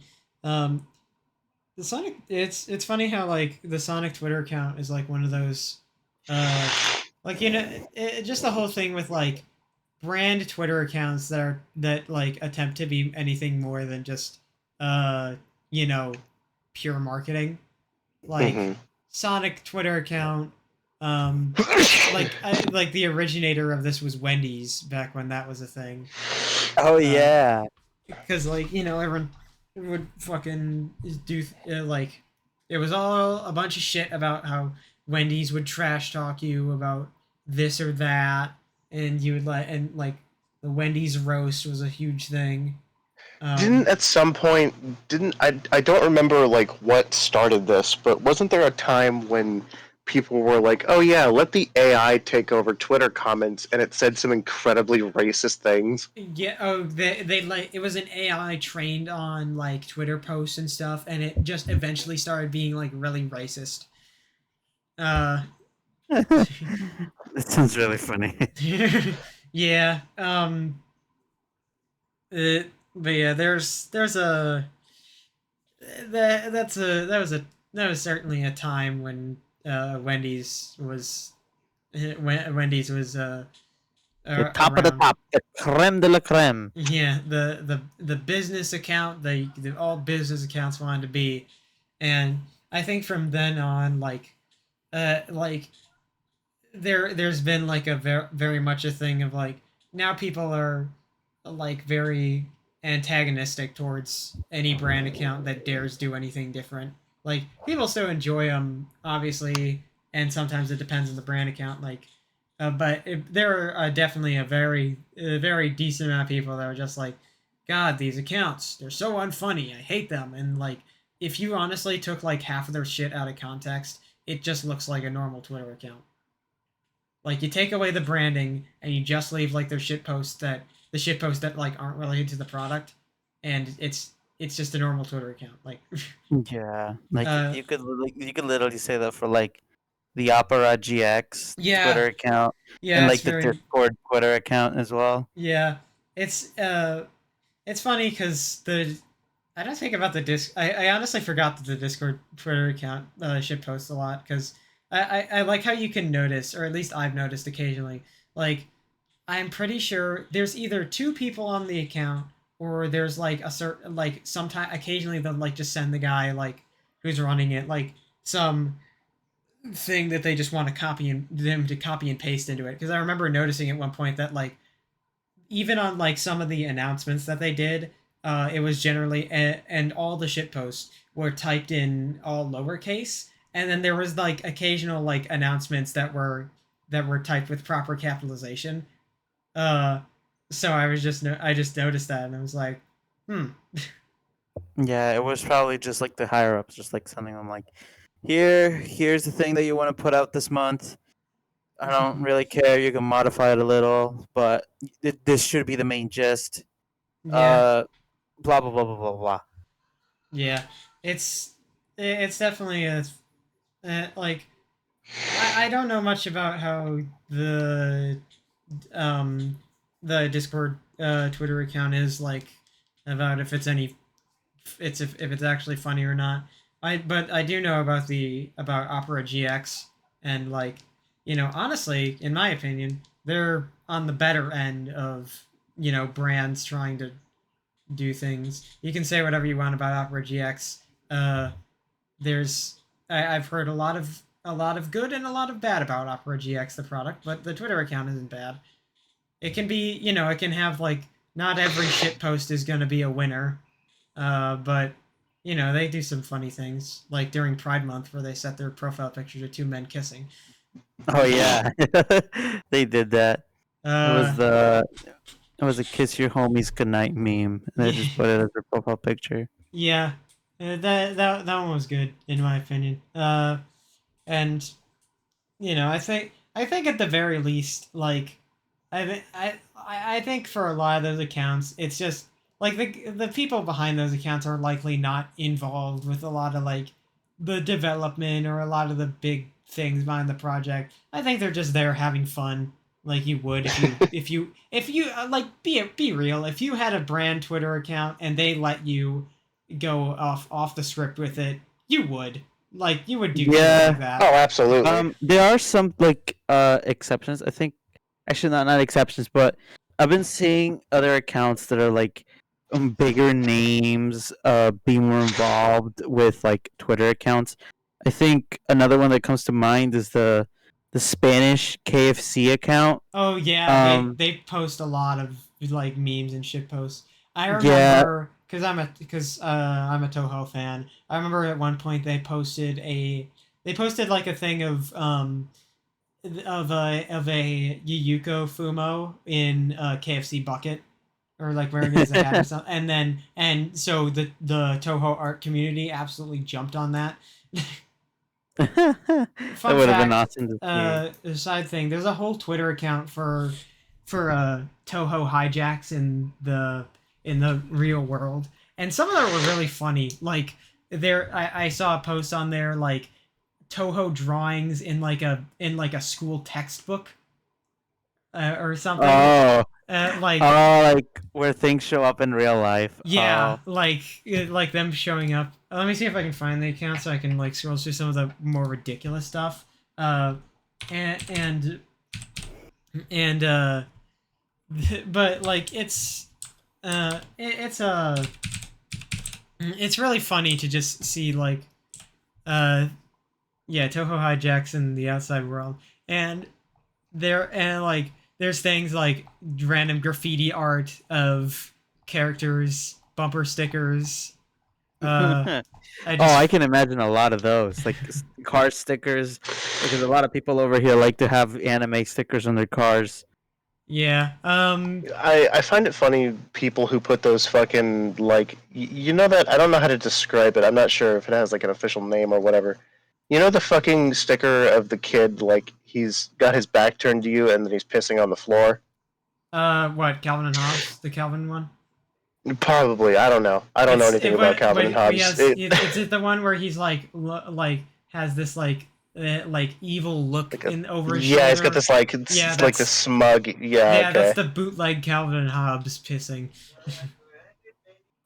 uh, but Actually, hmm. I want to circle back to the Twitter account. Um, another thing I was gonna bring up with the Spanish KFC account, that they also, apart from that whole Toho thing, which I didn't know about, they also posted an FNF meme on Twitter, and I feel like I remember that, but like I don't remember the content of it. there was like some FNF song, and then they had like, I think, a Colonel Sanders sprite, and they were just like singing, and I think Ninja Muffin also replied to it, which was really funny. Which also brings me to the other example I was gonna make. I don't know why the Windows account, like the official Windows account, has been way more active recently, Oh yeah, and are you they referring to the thing yeah where they brought up one shot? yeah they replied to a one shot image, and it was like, wow, this, we really like this, and then they like, what was it, like they made like a little emoji of like Nico or something. I don't remember, but basically like the entire one shot community jumped on that. Yeah, it's always like it's very much a thing of like awesome, we got noticed. And you know, it's that's always it's always funny to like see like niche things get caught in a in like the in like some big brands like crosshairs. Yeah. Uh, also, I was gonna mention. What was I gonna mention? I was gonna mention some. Oh yeah. Uh, I was just gonna mention on the topic of Well, Toho. I'd say the most. I'd say my favorite and probably the most prominent example of Toho being like put in a bunch of random places is there is the million different renditions of Bad Apple. oh yeah. Yes, that is very much Like a thing. I can only think of like that in like, probably, what's it like, how do you say the name? Cerno? yeah, Cyrano. Cerno, the Fumo it has Yeah, being put like literally everywhere. that's also a thing. I just love Bad Apple because there's so much. Every you have to have dedication in order to put Bad Apple somewhere, and like the people animating Bad Apple on the recent r/place. Someone I saw someone animate a bit of Bad Apple on Papa's Pizzeria using using I What? think like they basically covered it in either olives or mushrooms for the black and the white, and just like Oh. took like a bunch of like they like animated the initial part of Bad Apple by basically just recreating each frame. Wow. Like there is dedication with Bad Apple I th- I recreation. think I think I saw one of those. Actually, no, I saw two. Two of the can couple that can come to the top of my mind. I saw someone animate Bad Apple on an actual on an apple. I remember that. Like they carved out the apple like that frame by frame. that is fucking awesome. And I saw Uh, someone animate Bad Apple on a Desmo's calculator, like the one that you can just pull up online. I'm also reminded of the time that someone animated Bad Apple using Minecraft sheep. I saw that one. The one that I saw was fucking Bad Apple, but it was animated using YouTube captions. What? That Yes, How? it is made entirely with YouTube captions. You turn YouTube captions on, and every frame is just It's just ASCII art, basically. I'm gonna search it up. That sounds very interesting. I can't I the fucking like I'm so happy that the like Bad Apple is the way it is because ho- holy shit, it's so I wonder if there's a Twitter account for it. Uh Probably is. um I feel like Bad Apple has like the same level as Megalovania, where it's like recreated everywhere in everything. Like you're gonna yeah. have someone play Megalovania on mayonnaise. Is I'm mayonnaise an instrument? I'm pretty sure that's already been done. I'm sure Yeah. Megalovania has been played in like a million different ways. I'm gonna back. Let me scroll down in the Toho hijack. Talking about Undertale while you search that up, Amber. Really funny thing that happened that I saw on Twitter. I think like yesterday or like 2 days ago, basically the Pope said that like, oh yeah, we are now accepting transgender people to get baptized, and I think someone quote retweeted It's a fine. Oh tweet yeah, about that. I saw that Yeah, where they they said said he finally got to Metaton and Undertale. yeah, Wait, because River, do you know the context to that?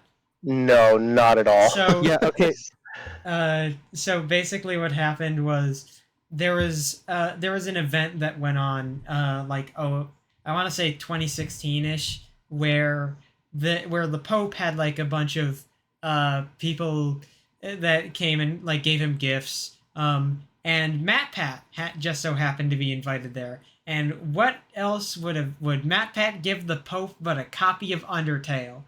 yes, Oh my god. And yeah. The like Pope has a copy of Undertale. yeah, and that is the gift that the Pope received from Matt Pat on that day, and so someone made the joke that now that the Pope, not the Pat, now The pat.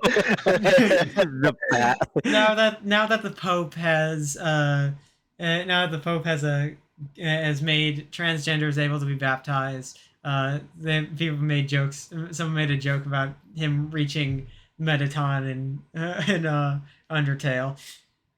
Yeah. Also, another fun thing that like I think was it like on 2020, like 2021, someone played Megalovania in front of the Pope.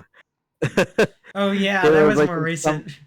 yeah, that was more recent, not related, but there's some weird similarity going on with the Pope and Undertale. Yeah, Ugh. that is that's amazing. Also, I scrolled through I scrolled through more of of the Tohu Hijack Twitter account, and there's things like uh, a Japanese puppet show with featured a pig puppet of a Yu Yuko cosplayer. Uh, Yu Yuko, well, I don't know if you'd recognize her, but she's she has pink hair and she wears a blue and white outfit. I don't think I remember. Not familiar. The only ones I know is I think her name's Reimu. Raimu, yeah, the Yeah, black hair, her. red and white outfit. Yeah, Cerno, Knives Lady. Um, Sakia. yeah. I think the green psychotic one that you told me about. The like not green, like gray hair psychotic girl. I don't remember what her name was, Um, and I think that might be it. Honestly, oh, the wait, actually, I know what you're referring. Gray-haired psychotic girl. You're referring to Koichi Komaiji's heart-throbbing adventure version of the character. yeah, her Yeah, her. and She actually has green hair in the oh, okay, official so I was game. right. And Yeah, I think that might be it. Unless I like see like a art of the character, I probably won't recognize them. yeah. So there's one other thing that I just remembered because the hijack thing reminded me of. So there's a meme with uh like this. It's this old I think animation series made by like uh, it's something like I forget if this is the name of it or if the name of the creator or the name of whatever. Like called like Cookie, but a thing came out of it just called NYN, or if I guess if you wanted to, you can pronounce it Nyin. Um, and it's this like this animation of these like old animations of more I would imagine more than one character, but primarily the mouse character named Nazrin. And like there's such a specific art style to it, and it's incredibly recognizable. You said Nazarin, my brain went to Undertale too. Yeah, she does appear in Undertale too. Uh, but yeah, that's another thing that obviously none of you will get, but whatever. Wait. What was the name of it? uh, The animation thing? um, the meme itself is referred to as just NYN. Uh, and it's a apparent I like the other part that I mentioned was like made by either made by or was called like Cookie. It's a cookie and then a star symbol, I guess. Well, I don't think I've ever seen it, but I found I found an I found a reskin of NYN over boyfriend from FNF. That's like one of like the first thing that shows up. Anything else is just looks like part of Yeah, the there's character. a there like it's funny to like when like there's a bunch of like memes that are just like uh they're just like randomly Toho. Like, have you ever heard of a type of drawing called a gaiate? I think. No. Um, it's spelled Gyate, and it's like a very specific s- uh style of like a basically like imagine like an almost NFT ish thing. Like it's the same like pose and expression. Sometimes the expression changes a bit, but it's a lot Oh, of I'm yeah. I'm looking at it. It's like just like the same character, like like just look different. It looks like what's it called? Like a picture? No, it's like called like I forgot the like where the people like make the same character with like the pride flag behind them and they use it as profile pictures. Like uh picture something. Okay, yeah, it kind of reminds me of that. Sort of like NFTs, as you said. yeah. Um, and another one that I also remembered is there was like this old 4chan post that is not related to Toho, but it just so happened to have a Toho character with it. And I don't know if you've ever heard of it, but the post in question just says, "Please remember that when you feel scared or frightened, never forget times when you feel happy. When day is dark, always remember happy day." I don't think I've ever heard of that one. Is it It's a green text? yeah, Is it? it's not like a green text. It's just like a normal post, I guess. Okay. I see a lot of. I've seen some few green text 4chan posted here and there. I think one I always remember. It's like this dude. It's like very like you can't ever trust these. These are like Reddit posts. Hmm. Like they could very well be fake. But I remember one that was like two of my friends set me up or like I'm like it's how like they use like the little like less than more than things to just like say Yeah. what happens in the story. So it's like this is like I am like a virgin, and then my friend set me up to like have the do the woohoo with this prostitute or something, and then he goes there, and then he says like he tells her like, "Listen, you don't have to do this. Like, it's not worth it." And then like the girl breaks down crying, and then she just like leaves, and he tells her like it's gonna be fine, and then like That's like the whole story. That's what I remember it by. When you first said that started that, I almost thought you were talking about the is that it's like this green text of like this guy is like this guy is like is a virgin, really wants to have sex. Uh, he like strikes you up with this like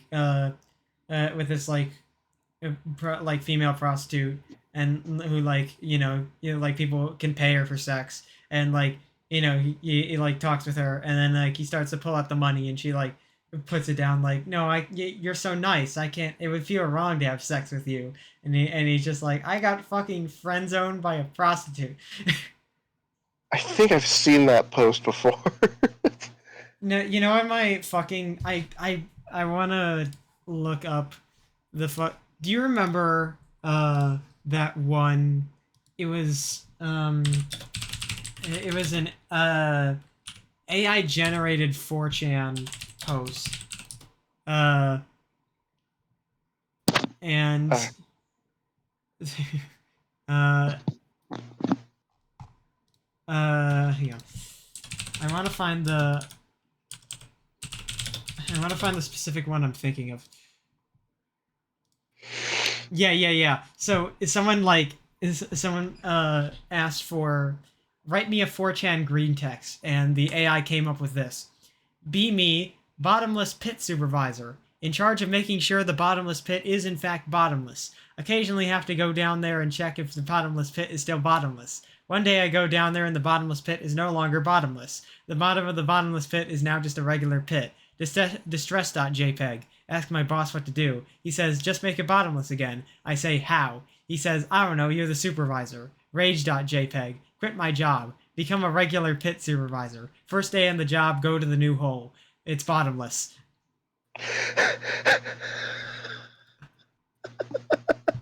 What the fuck? Oh, that's good. It's All right, I'm back. Fucking hello. There, I was just reading. Have you ever heard of the bottomless pit 4chan green text? The AI generated. I don't think I have. Is this like the Batman one? No, no, this is not like the the fucking AI generated Batman script. It's a 4chan green text that someone like asked an AI to give them a 4chan green text.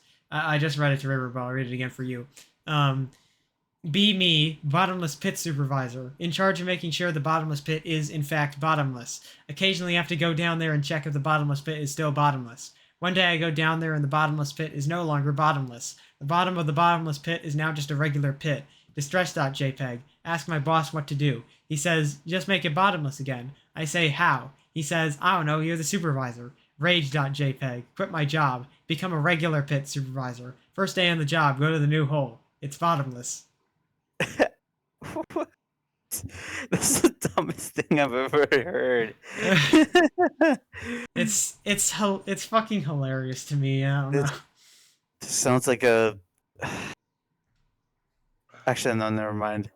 I was gonna say this reminded me of a Gravity Falls episode, but that's a thing already, so never mind.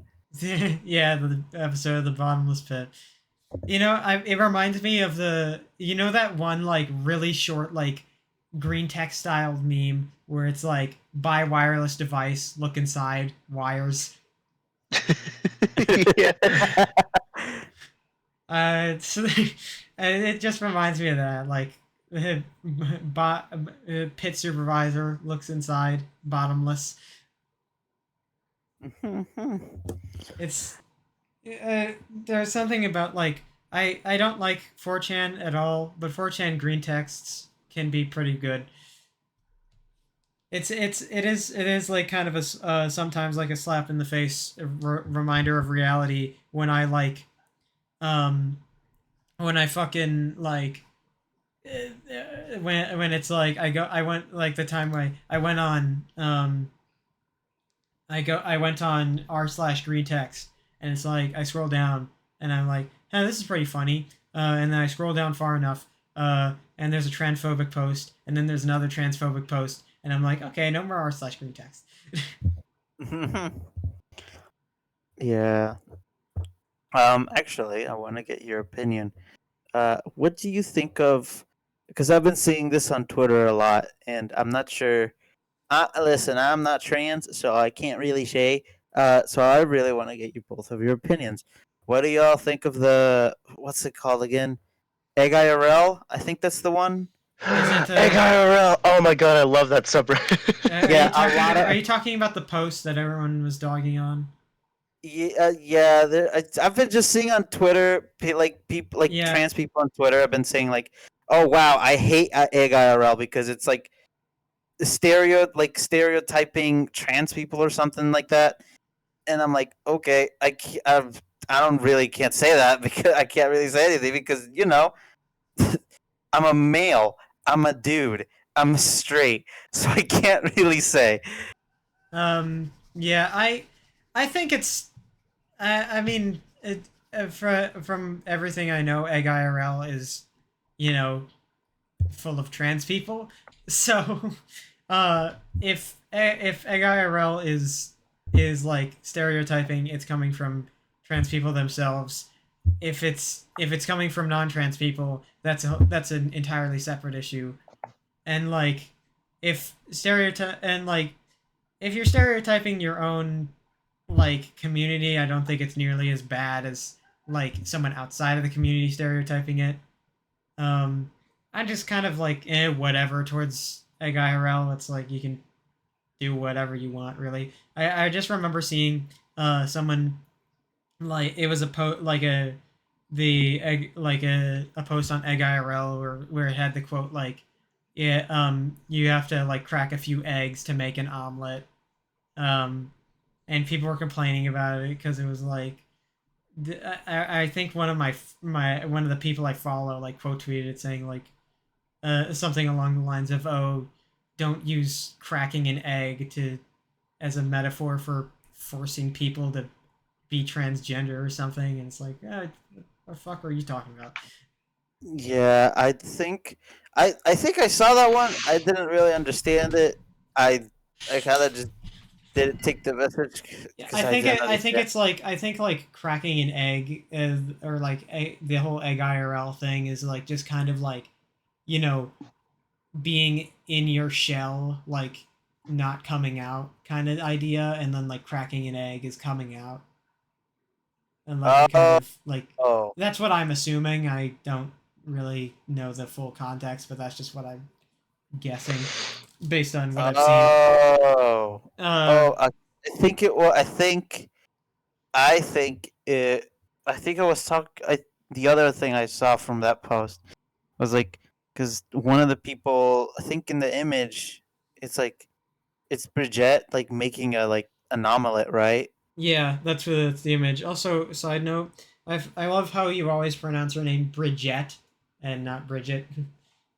Oh well, oh yeah. I thought that's how you said it, right? You say Bridget? No, I say Bridget. Oh, Bridget. Oh, okay. There's another people that say it like brisket. I don't know why. Well, it's just Is that that's like just it's just a meme to like replace her name with like similar. It doesn't have to be similar sounding like brisket, basket, bagel. Basket. Yeah, oh, like there's it's it's like just a the meme to like just like replace her name with some other B word that sounds like vaguely similar. oh, is it like the is she like acoustic? Is she artistic? Is she like Yeah. okay. Yeah, but I thought you said it as Brid. I thought That's the what right. Jim is. He's acoustic. I thought the right spelling was Bridget, but I guess it's Bridget. Wait, no, No, you got it. Bridget. Bridget. Yeah, You Bridget. kind of do the same vowel sound for both syllables. Bridget. Yeah, yeah. All right, but actually, What I are you doing to forgot this river? You bridge it.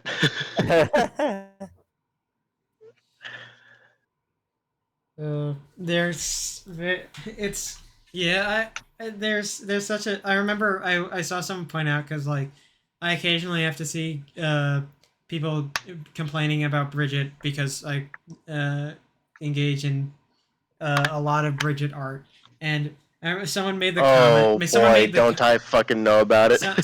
someone once made the comment. I saw someone made the comment recently of like if we treated the amount of people who draw who draw Biken art without playing the game like we did with people who like Bridget without playing the game, then the community would be like basically dead.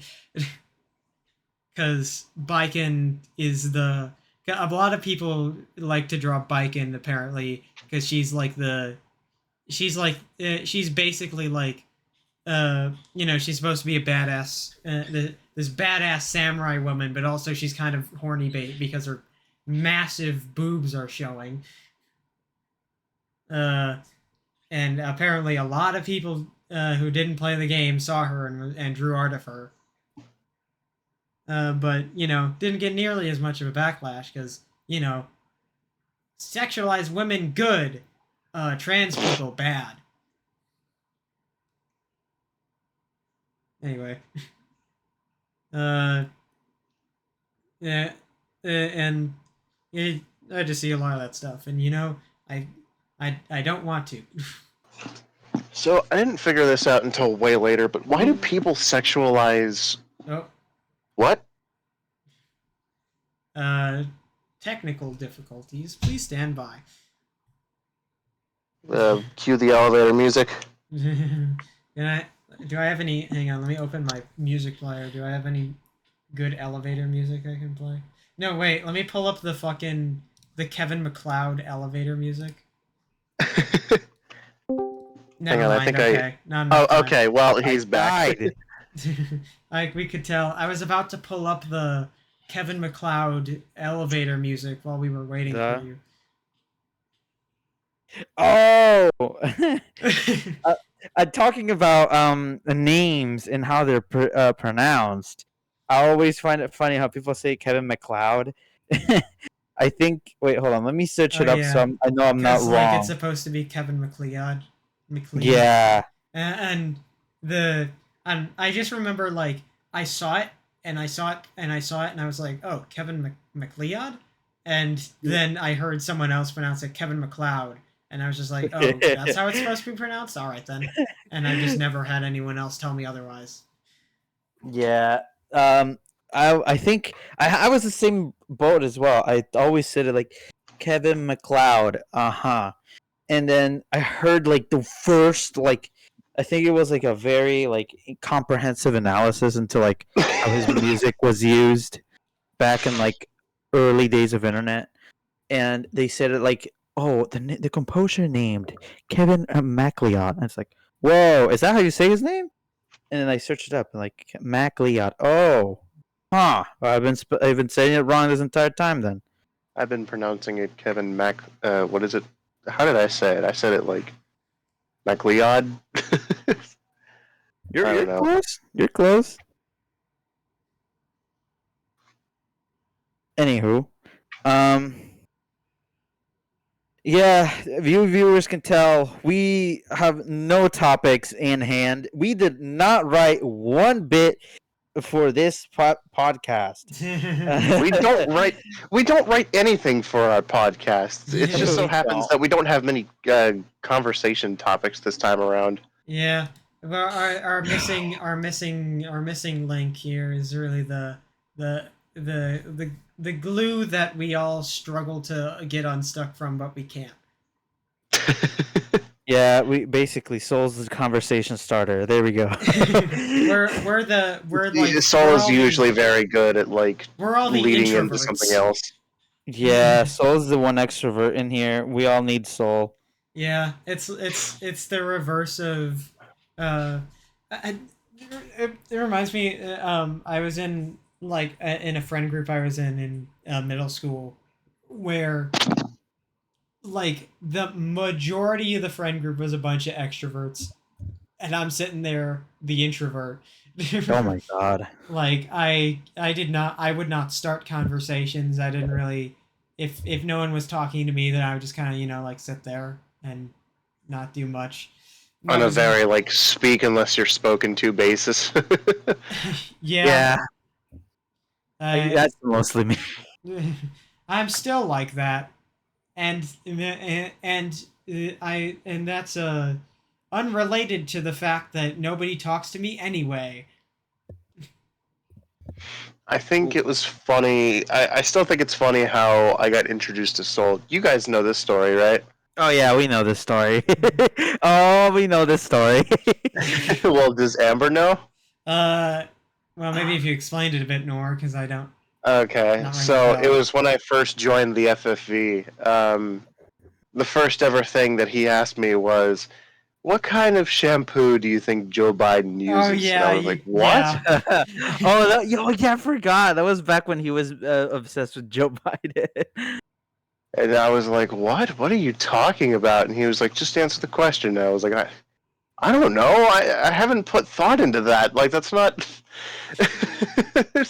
Who thinks about these things? I don't. Wait, wait. I thought your first message with Soul was the thing of like, wait, can I? Can I? No, no. I'm No. Okay, fucking banning you. can we But talk I know about what it? you're Can we talking talk about. about? Can we I talk know about what. it? Please, please, I No, mean, please. That's I the know. funniest thing I don't ever. know. I don't know what you're talking about, so I want to hear it. Okay. No, Oh, no, okay. no. I'll I'm tell you. begging you.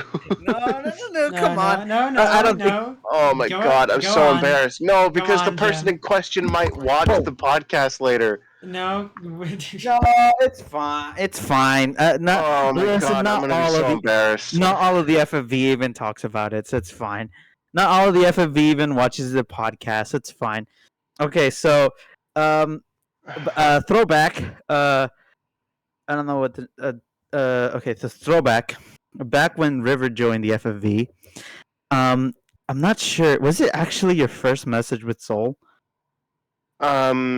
I don't remember. I think it might have been my first or somewhere to that, Okay, somewhere around there. I know it was my so first with you, probably. it was okay. So the first message that River and I had was, I think River came up to me and was like, Jam, I need your help," and it was like, what's up, River?" And it's like, we never spoken before. What's up?"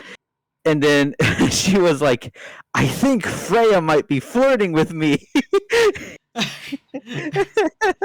Oh my god. And I was like, This is, mind you, I did this to both him and Soul, and yeah, I at went the to them exact with this same time. mentality of like, oh god, like Freya's an adult. Is she flirting with me because I'm the only other adult here? I don't get it. I don't. Wait, was Aku not an adult? No. Akka was an adult. Okay. I just don't think River knew. So Yeah, no, I didn't know that Aku was the other adult there. I thought Freya was the only other adult besides myself. So I came to Soul and Gem, and I was like, I think Freya's flirting with me. I don't. I It's funny let because me. it's really funny because I do not see Freya being a flirty type of person. I do I not see know her that. either. Like I know that now. At the time, I didn't, but now I know. But Let I me don't know. let me pull up the receipts real here. Okay, so the first. Oh, this was actually no. You still do it. Okay, never mind. So the first the thing that happened was uh you messaged me, Jam, help me, Skull. Yeah, what's up? In the process of like having a mental breakdown. Oh, you good? What's wrong? Frith was wrong. I think she was flirting with me before she went to bed a few hours ago, but I don't know. First, how old is Frith? Do you know? I know I don't want to be flirting with a minor. Well, I'm not sure how she exactly feels, but I don't think anyone would flirt with someone who they just met. And then I replied to how old is she by saying, I don't know, but she is old.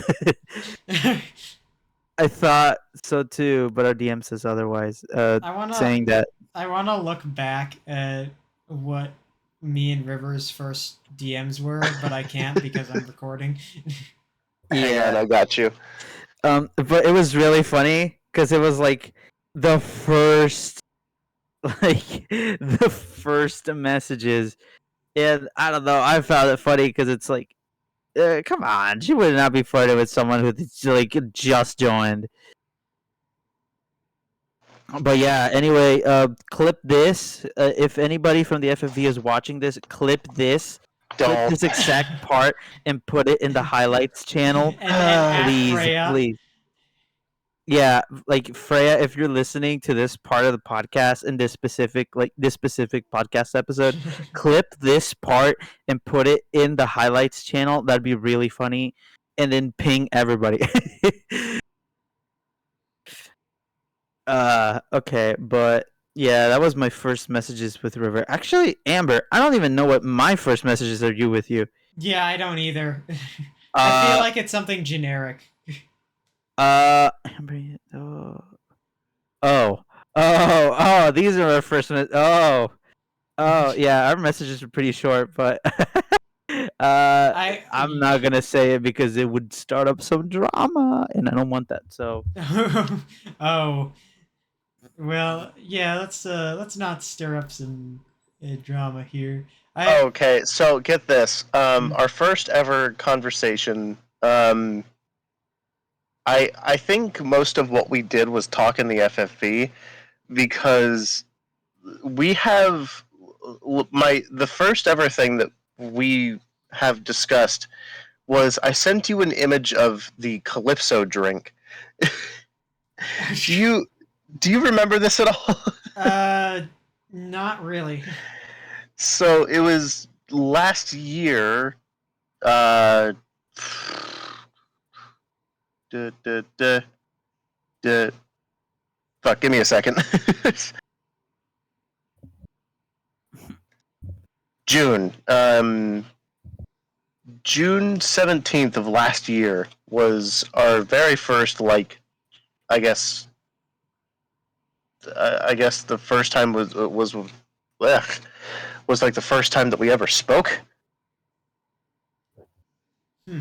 Well, no, because we have it's just the image first, and then, um, 2 days later, I pointed a gun at you with sunglasses and said, "How long until that recording comes out?" And this could be referring to literally anything.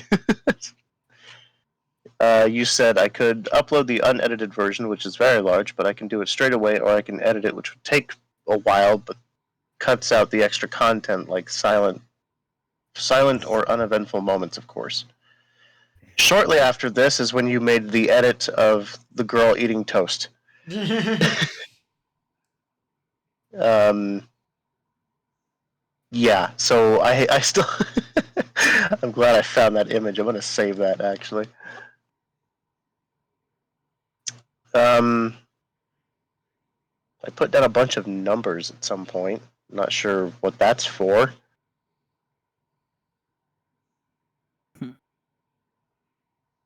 There's a lot of.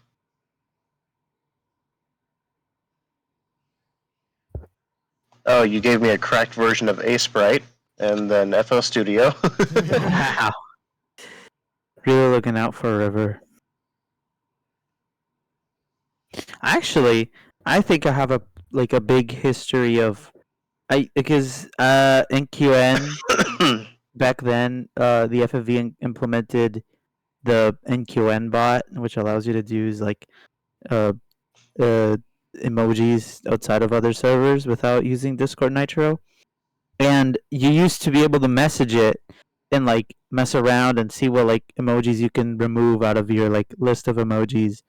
And I basically like since it doesn't work anymore, I've been just like archiving a bunch of stuff in my NQN DMs.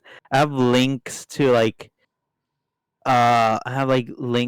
entire like shows like pirated shows in here like pirated I think I have one that holds the entire library of like Flash. I think it has like Adobe Flash. Wait, actually, no, that's not a thing. I'm dumb. What's it? What's the name of it? Uh, God. Oh, let me go. Oh wait, no, Adobe Anime slash Flash. Let me go into it because I remember I like downloaded something of this. Yeah, it has like okay. Let me see what it has. It has like Animator. You have Macromedia.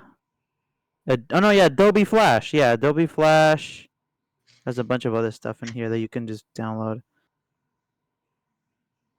And I basically have my own little giant like giant storage of piracy. And because it's a bot, it's not gonna reply ever or check DMs. So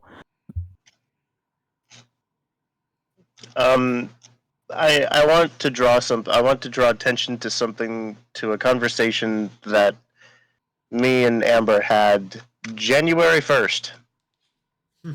of this year. All right. I sent you an image of when I had bought a small collection of games, and one of those games on my list happened to be Celeste. And this is when I was non-binary. The following day, you messaged me saying, "You have bought Celeste. Welcome to the start of your transgender journey." And I wait, said, "Grabs." I said, "Grabs. I hate you because you're not wrong. LMAO. Madeline is one of the biggest reasons I've been contemplating my gender identity. I've beaten the game twice. Once pirated, second time on Xbox." And Amber said, "Next step, woman." And look how you turned out. I said, "Oh my!" I sent an animated image of a girl going, "Oh my God!" You said, "Join us," and I said, "Hiss." River. Animated image of JonTron holding up a cross, saying, "Out of this house." River, your whole like transition journey really reminds me of this image. Yeah. The beware of the pipeline image. Oh my God! I went through that exact pipeline. Yeah, you did. Oh, I went through that whole transition. Oh my God! Yeah.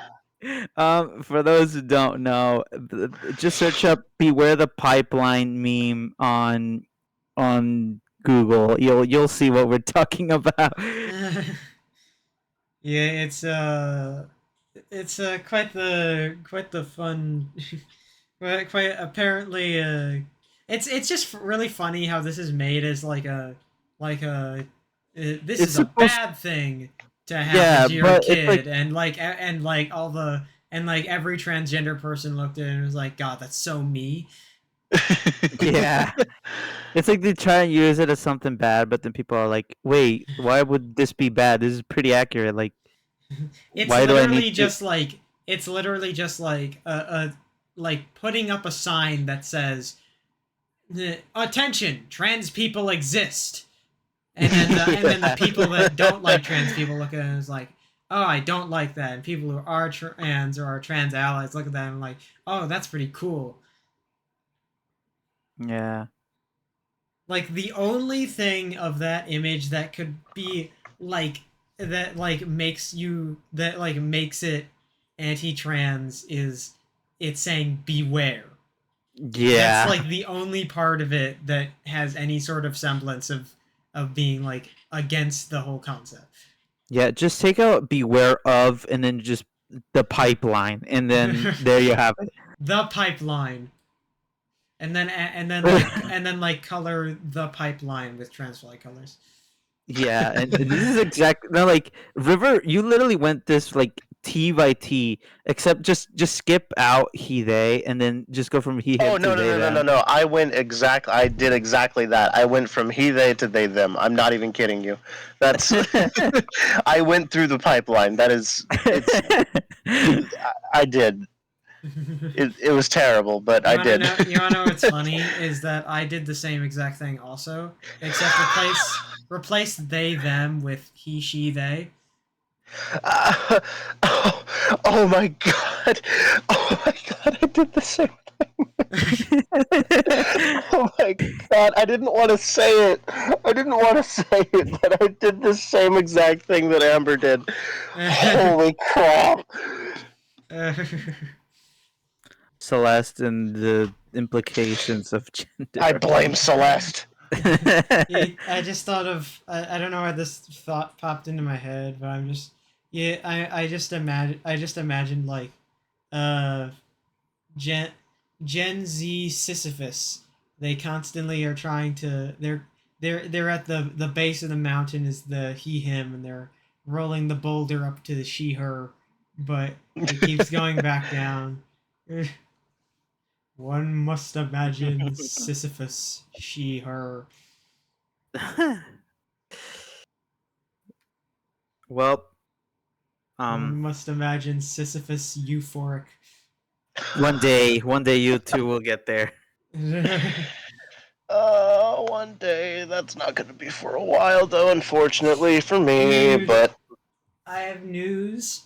I will share with you. I got my ID card recently, which means that I can now file for changing my name and my birth certificate gender. So Nah. have you done that already, or no, is that no, like a I got future thing? I Or got my I literally got my ID like yesterday. oh, okay. Oh my But god. is this? Are you? Do you plan on changing it like Yes, soon, yes, or okay? yeah. And me and my dad are both gonna do it because funny story about my dad. So my dad was born. So you know that my dad, like, he has a stepdad. I've mentioned this before, right?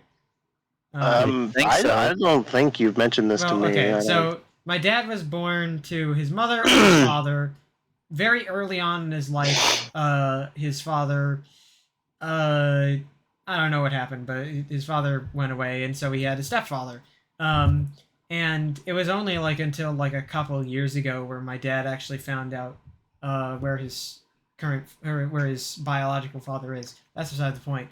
Anyway, my dad was originally born to his original father and gained his original father's name, last name, and that's what's on his birth certificate. However, he everywhere else he would go by his stepfather's last name, despite his birth certificate saying otherwise. And so he's carried that for his entire life, having his stepdad's last name. Um, and and as a result, my family has his stepdad's last name and not his biological dad's name. So he has to file because it's and so that's created a lot of complications. So he has to file to also change his name, specifically his last name, to what our all of our last names are, and not, change it from his biological dad's last name. So we're in this together for very different reasons. Huh. But Interesting. Okay. yeah, so I get my legal name changed soon. I also all I have to do is get all I have to do is get thing communication between my the hospital I go to and my therapist, and then soon I can even start estrogen. So I'm doing amazing. My progress is happening at rapid paces. And Mhm. I I I just want to like pull a 180 on topics here. I'm sorry. um, I've gotten so used to doing digital art now. My mother recently purchased me a what's it called? A Wacom One Creative Pen Display is the name of it. It's a kind of a fancy drawing tablet. I never expected to have like my own digital drawing tablet, but I'm so glad that I have it. Um, Anywho, I've I've gotten so used to putting my hand up to the top right to pull like a little drop down menu to rotate and to zoom in on the canvas, right? Mhm. I recently was doing traditional just pen and paper art, and I I I don't know what possessed me to do this, but I put my index and my thumb on the paper and I tried to zoom in like you would a phone. and I sat there for like a good minute, going, "What the fuck?" Like, Why Well, you is see, it? Why you is were my trying to. paper zooming in? This is so weird. I hate this. I don't blame you, really. There was a time when I used to like only do digital art, and then I went back to traditional, and I kept on like I instinctually I kept on trying to do Control Z while drawing on paper.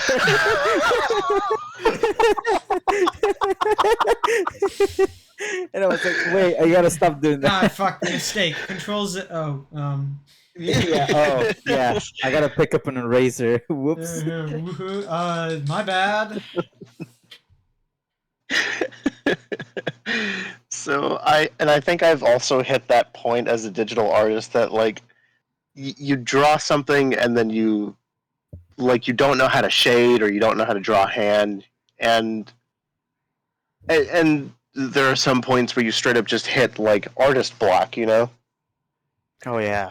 And I think I've officially hit that point as a digital artist where oh god you run into like the inconveniences. One of those being that you draw on the wrong layer sometimes. Oh. Oh, your poor soul. Oh, I've made that mistake one too many times recently. Ooh. The I amount of haven't times I- I haven't had that experience myself. One, because I don't use a drawing tablet. Two, because I rarely ever draw on paper. uh, so I can as a artist technically I cannot relate. You don't count because you do pixel art.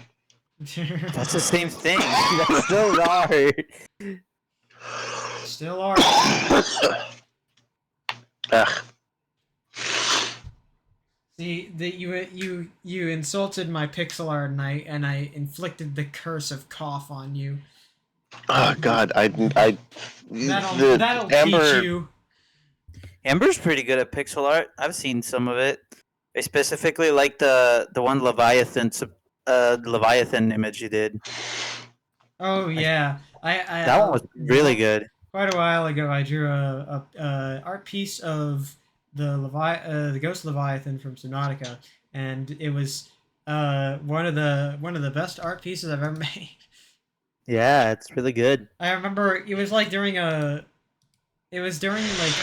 a draw, like me and a few other people were in VC drawing, and I was just like, yeah, I'll just draw uh whatever, and like I drew, and I ended up drawing that at some point, and it was like, and Drawing? huh? You said drawing. Look, I'm speaking fast. I speak. They call me Speaky Gonzalez. Speaking Gonzalez. I love that. That's funny shit. That one got me. Speaking Gonzalez. But Oh, yeah, that one got me. That was good. yeah, I drew a fucking Ghost Leviathan, and people were like, "Damn, that goes hard as shit" or something. Yeah. I've made many a art in my time, and by many a art I mean I've made one art piece every like 6 months on average. I remember when Amber did grind. pixel art of. She had randomly asked me one day, like, what's the closest thing to a weapon in your home? And I was like, I don't know, maybe my grandpa's baseball bat or a kitchen knife. There's a pretty big one, actually. And she was like, okay, you'll find out soon enough. And I was like, what the fuck? Like, and then I made you're not this. going to tell me what it's for? Yeah. And then she made this, and it was really cool. I Yeah, still love it. Oh, I remember this one. Art of I made art because of like Soul has an OC that's basically just his Sona, but like in a faker Sonic sort of deal. And so decided one day I just thought of the idea of a kind of like I'm sorry John the way of having Soul be the creature and River be like kind of like the John equivalent. And so I drew an art picture of that, of like Soul as like this weird centipede thing. And that's the reason why I asked River for like, because I thought of the idea and I was like, okay, but I also kind of need like, because River needs something to like defend herself with, because she's like, if there's some sort of threat, you're not just gonna like go at it with your fist. You're gonna grab whatever you got and you're gonna attack it. So I just pulled up to River's DMs and was like, "Hey, what's your closest weapon?" And I think my favorite thing about this entire thing is the little sad face on my belt. Oh yeah. So one of the parts of River's design, for anyone who doesn't know because you can't see it in her profile picture, is she has a belt that has like a smiley face on it, and I changed it to a little frown. The belt originally was supposed to convey all my emotions, and it was used creatively in some art pieces actually. But I really like it in this instance where it's just a frown. Yeah, I did. I I think like it was. it's. Oh shit! I don't remember if it was um, -7 who originally drew it, but there's a drawing of me somewhere, floating around somewhere with like it's just me normally, and then in like right next to it is a separate drawing of me again, but I'm like waking up, and so I just have like a normal T-shirt on, and then my belt just kind of like over my shoulder, and the face on the belt is just like ugh, like it's just a very like sad face, like a very like annoyed face. Yeah. I couldn't have like in my art. I didn't have like enough room to put anything like particularly like I could. It would be really hard to convey a scared face on that level of and that space. So I was just like frown. That works. I've definitely made a lot of fun pieces. I think some of my favorites, like I like drawing like characters, but some I really love the shitposty ones. My favorite being the one of someone I know who, and I drew them because they had a profile picture at the time of a mug that says "I heart COC," so it just looks like I heart cock. Um, and so I drew a picture of them holding an I heart COC mug and with a thought bubble that just says men. And then I think I've sent this before, but I'll send it to the group chat just so you can see what I'm talking I have never seen this before. I love it. about. Yeah, that was one of the things I drew. I've made a decent amount of art. I just have like a whole folder. And I think I've gotten better over time. I have like a I remember on my old computer I didn't bother transferring this to my new computer because I didn't want to. But I had a folder on my old computer about like all my older art, and it's I don't like it. Well, It's that's literally everyone. yeah. It's not good. But it was something I made, I guess.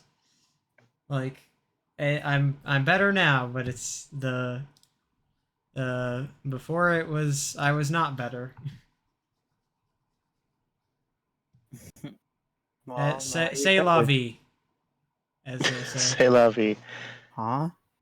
Say la vie. It translates to such is life. Oh. Oh. I don't know what language. It's probably Latin or something. I thought it was French. Oh well, I don't speak French. Who knows? I just played Ace Attorney, and there's a guy who can't speak French, but kind of tries to. I'm referring to Armstrong. If you're see when I say the big buff guy who probably really likes food, I could be referring to one of two Armstrongs. I know the either first Armstrong, but what's the second?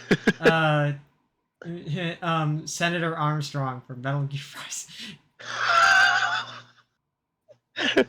Okay. The he probably likes food part is his line of is his line of like in reference to omelets or something.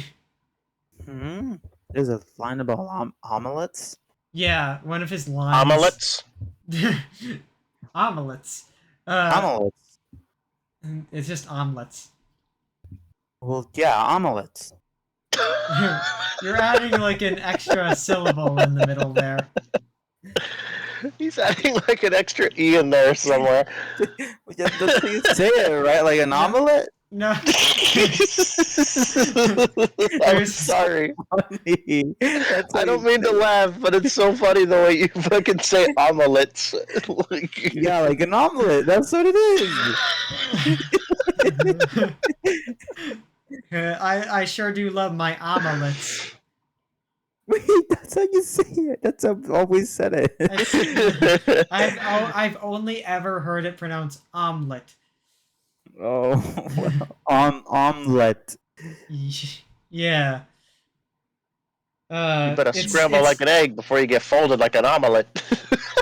That's how it sounds.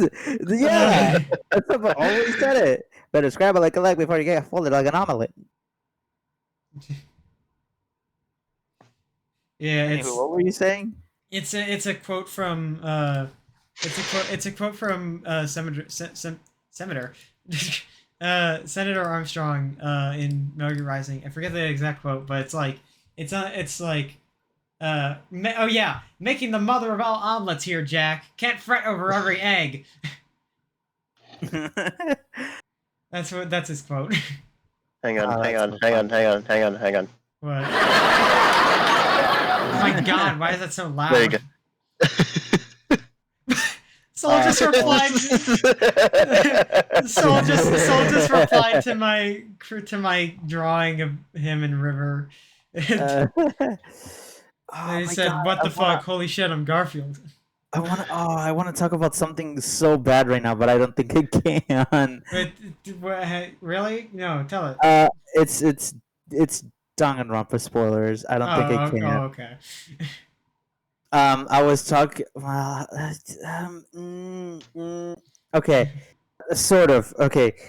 For the like non-existent Danganronpa fans that may listen to this podcast, I've been listening to there's a Danganronpa 1 outro, in the Danganronpa 3 intro opening, and God, can I just say how they really lucked out on the music, because God is really good.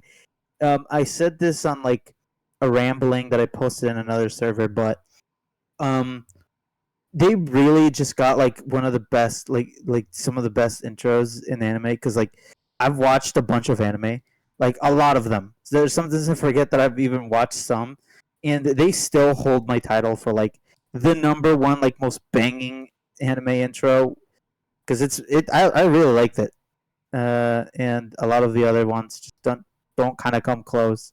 Better, maybe I just have preferences, so I don't know. Yeah, my brain died.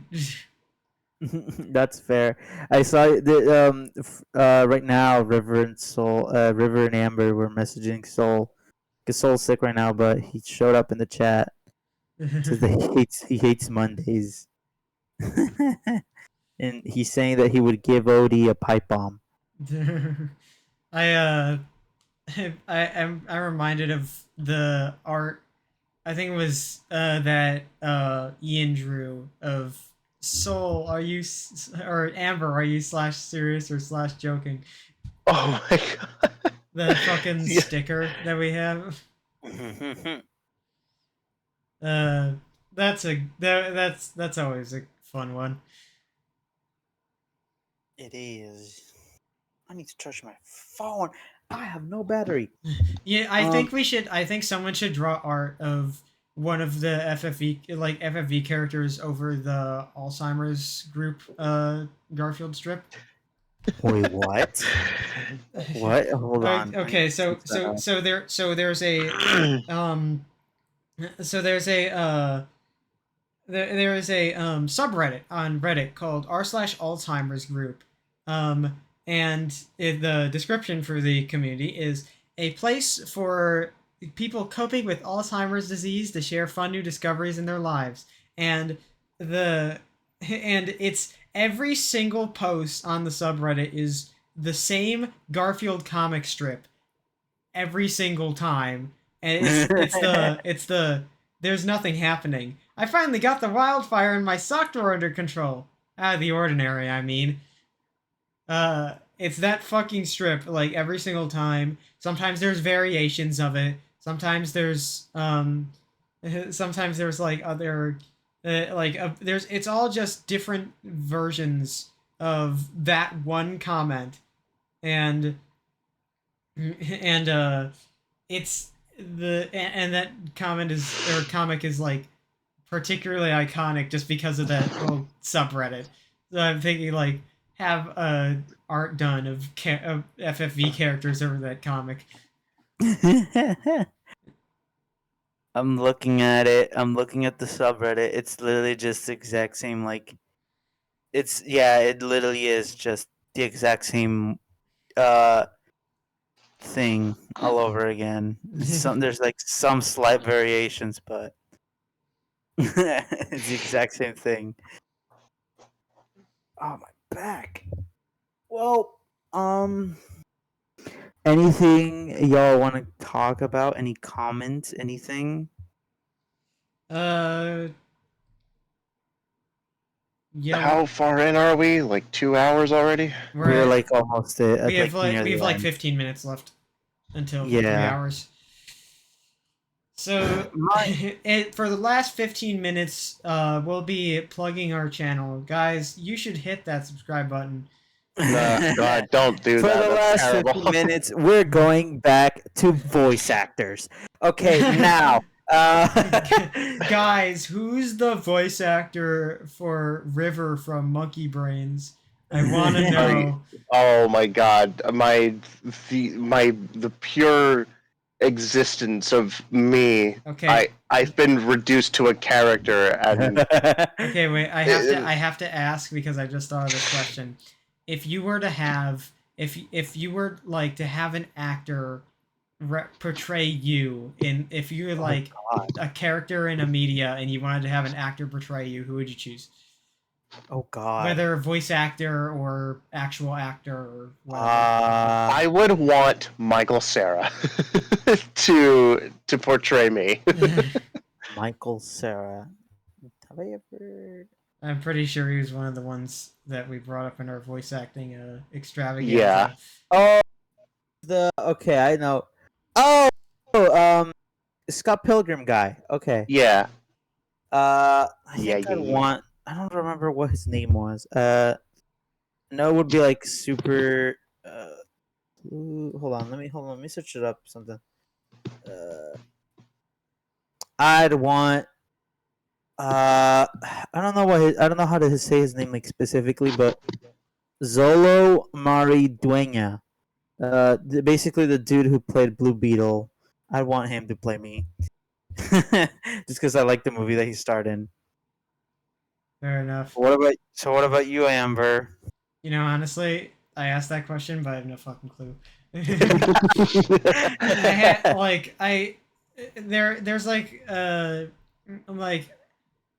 because if for one, I have no like idea like who could of like someone similar enough to or play similar enough roles to like me personally to like that would be like a good fit, and also I just don't know a lot of actors or voice actors, so how about this? You two decide on one for me. Okay, wait, hold on. Are we talking actual actors or voice actors? Whichever. Yeah.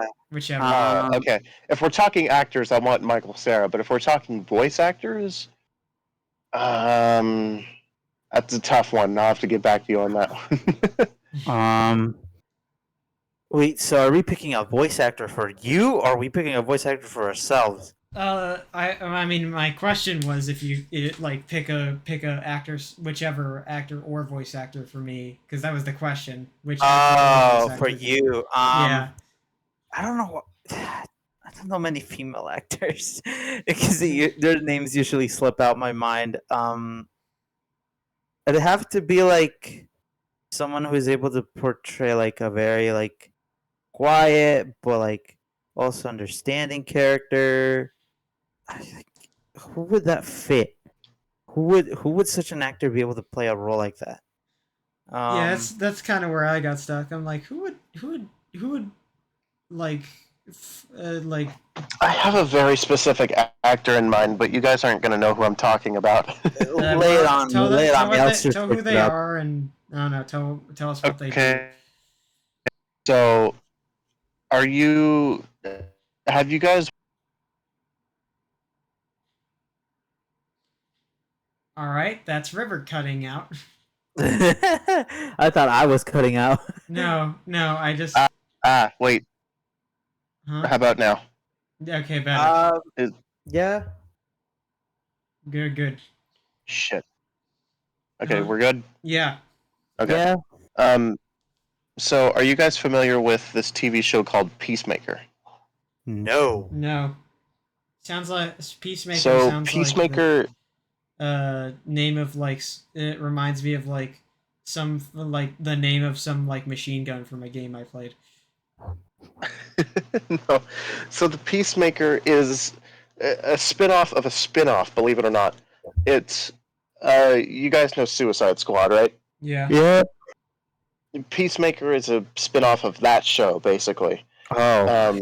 It features John Cena as the main actor. It features John Cena as the Peacemaker. Oh, this show. Oh, Yeah. I think I know what you're talking about. Yeah. There's a girl in that show who is like partners with the Peacemaker, and not her specifically, but her girlfriend. Mhm. Uh, I'm gonna look up the actor's name because I'm really curious. Peacemaker TV show, I guess, cast.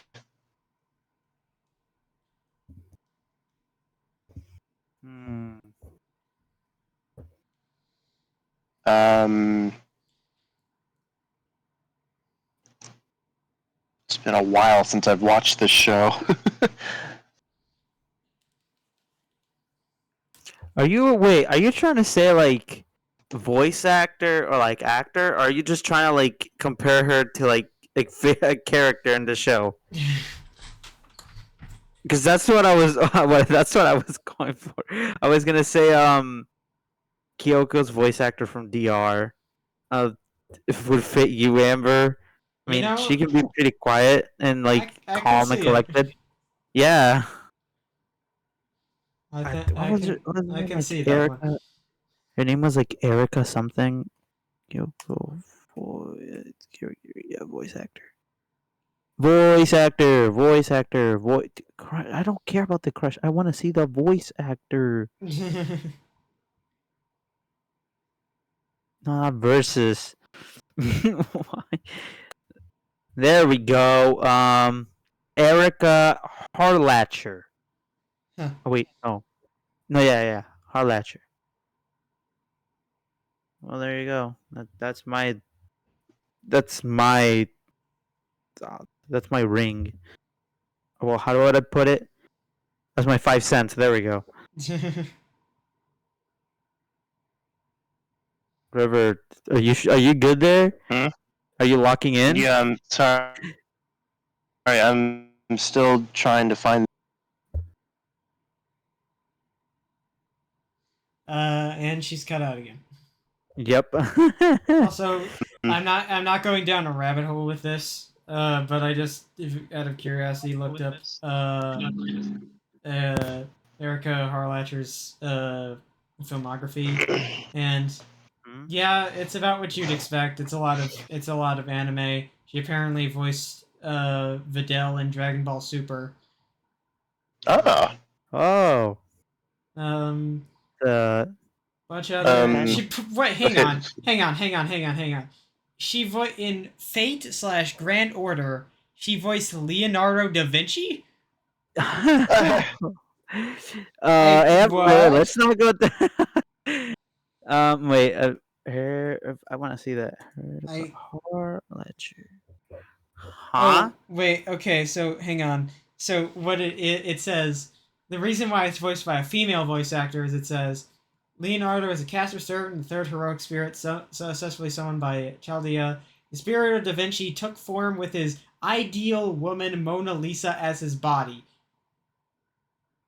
which is why Uh-huh. he's voiced by a woman. So that's Oh. interesting. Good on you Okay, for. so I figured out the actress I'm thinking of. Mhm. Mm-hmm. No fucking The way. actress, the actress that I think would best fit Amber is a woman by the name of Elizabeth Ludlow. Elizabeth. The name sounds familiar. Elizabeth Ludlow. Uh, Her? Are you sure? Are you sure? As far as a voice actress goes, I mean. Oh, okay. Holy fucking shit! Hang on, I had to interrupt, but I'm still scrolling through the page. First of all, I just want to point out, her fucking she did a voice in a film called "I Want to Eat Your Pancreas."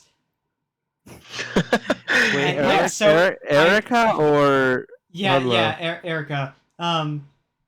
Which I can't read that without thinking of "Hand over your pancreas." from fucking Garden of Bad. Hey, you there? Hey, you there? But also, she voiced Haley Ann in Yokai Watch 3,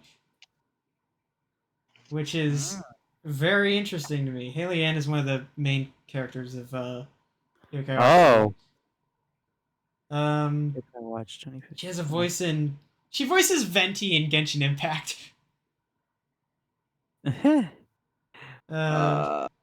Oh wow! Oh, I'm seeing. Yeah, I'm looking through her page. I'm seeing some characters here that I can that I recognize. Yeah, she's got a real backlog there. Yeah. But Oh well. Elizabeth. Yeah. Okay. River. I searched up Elizabeth Ludlow, and I saw her. I saw an images of her, and I'm like, "You sure this is Amber? No, You sure?" I just meant like as far as a voice actress could go, I think she could fit the role pretty good. I'd probably have to like search up how her voice sounds like.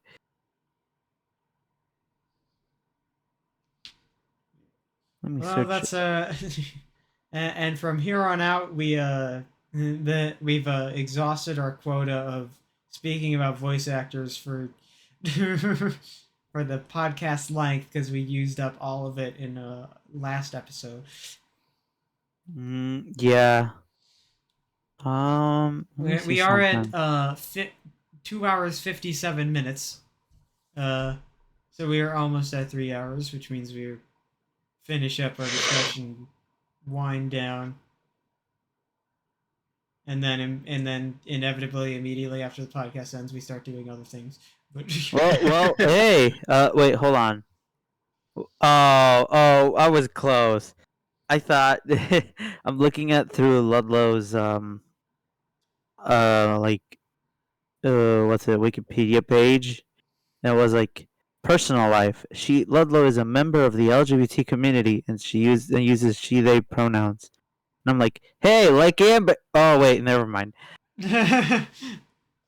close enough. Close. If I would have discovered it like a few months ago, then it would have matched. Yeah, some time ago it would have worked, but no longer. Oh my! Ow! How long are we into the podcast? 2 hours 58. I just want to play Phasmophobia. and hey guys, tune in next time when we play Phasmophobia. Yeah, tune in next time for the Phasmophobia Monkey Brains podcast. We're gonna film everything on Phasmophobia. If we die, then well, that person won't speak. Um, just like that. When do we Phasmophobia? You should add you should add a Monkey Brains Easter egg to the game for Yeah, you us. should. You should put We have 12 subscribers. We deserve it. I just Do we actually have 12? How many do we have? Yeah, we have 12. I checked it before. I have more than you. I have 100 subscribers. Well, quality over quantity, bitch. I just thought of the best thing ever. You know how River Oh, sorry, is our... no, we have 13 subscribers. We're doing even better than I thought. Hey! Yippee! Yay! I just thought of the best thing ever. You know how River is our mascot? Yeah. Okay. We should put like our actual mascot. You should wear a costume of those monkeys that have the symbols, and then just smash them together. The what? You've ever The seen those? symbols? Yeah, you've ever seen the monkeys that have the symbols? The one that appears in Toy Story 3? Like the instrument symbols, not like Yeah. symbol. No, not like a symbol, Like like, those the wa- instrument you know those- symbol. Oh, the instrument. Oh, Yeah. that. Yeah, we Oh. should have you in a costume of that. That's gonna be our profile picture for YouTube. Yeah, that's what we'll do. Yeah, I'm gonna draw it and then we're gonna put it A like symbol monkey. Just put me in like a little hat and just give me the symbols and I'll run around smacking them together. that. We'll give you a little fez. Yeah. The little fez hat. A little fez and a vest, and and then we'll just make what we'll do is we'll do the same thing that they did in Toy Story 3, and we'll just like we'll have you like set up outside our house, and then whenever someone comes by, you just start aggressively banging your symbols together. Can I just say that scene in Toy Story 3 scarred me as a kid. That scene was really scary for little old me. I don't think I ever watched Toy Story early enough to have that scene scar me, but I bet it would have. Yeah. I feel like it definitely. How many kids do you think like watched Toy Story, went home, picked up their toys, and were like, "All right, talk, motherfuckers!" Like, Probably quite a lot. How many do you think watched Toy Story, went home, and started like medieval torturing them?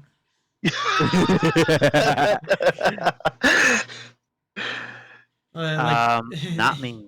I mean, I guess the whole scene with Sid would have really set him off from that, I suppose. Yeah. Toy Story really has some of the most iconic scenes ever. You have like the I can't fly scene. You got the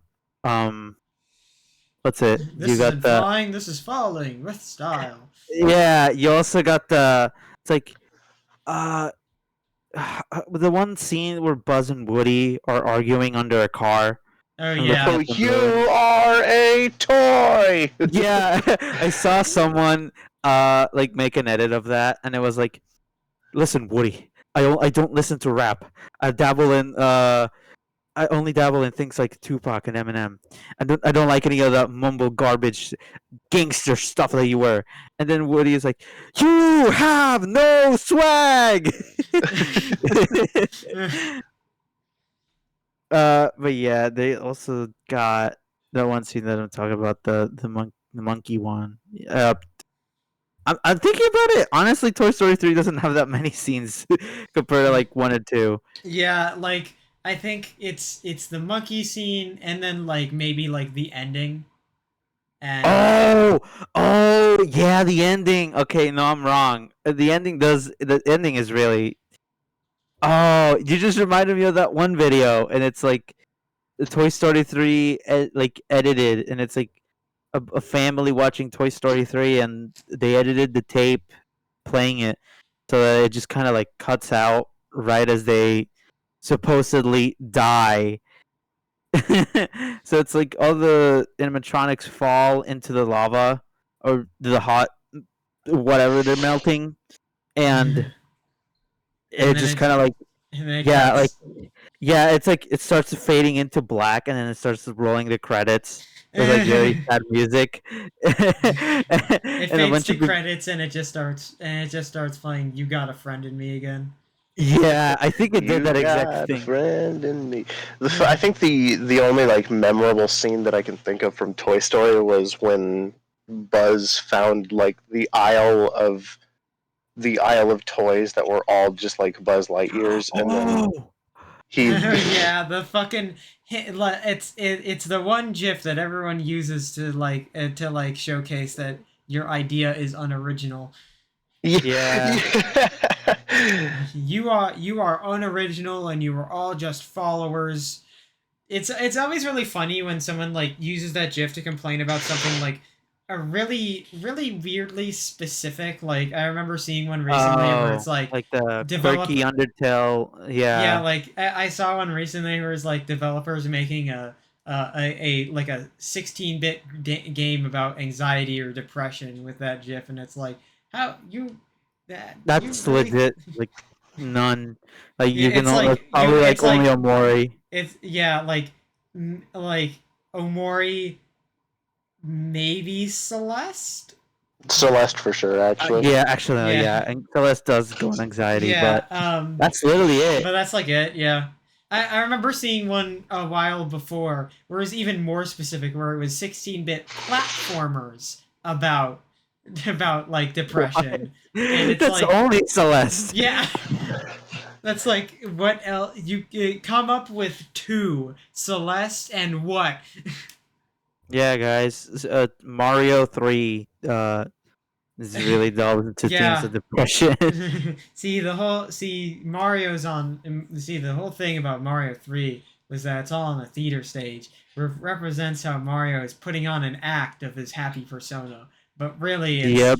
but really he's sad and depressed about a lot of things in life, and it's really powerful. It really speaks to the player.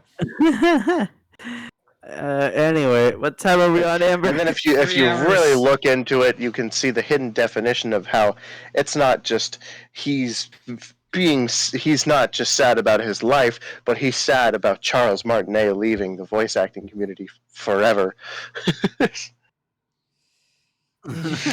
Yeah. It's a much more complex And you see, he's also really meaning. sad about how the new voice actors woke. Uses They have pronouns.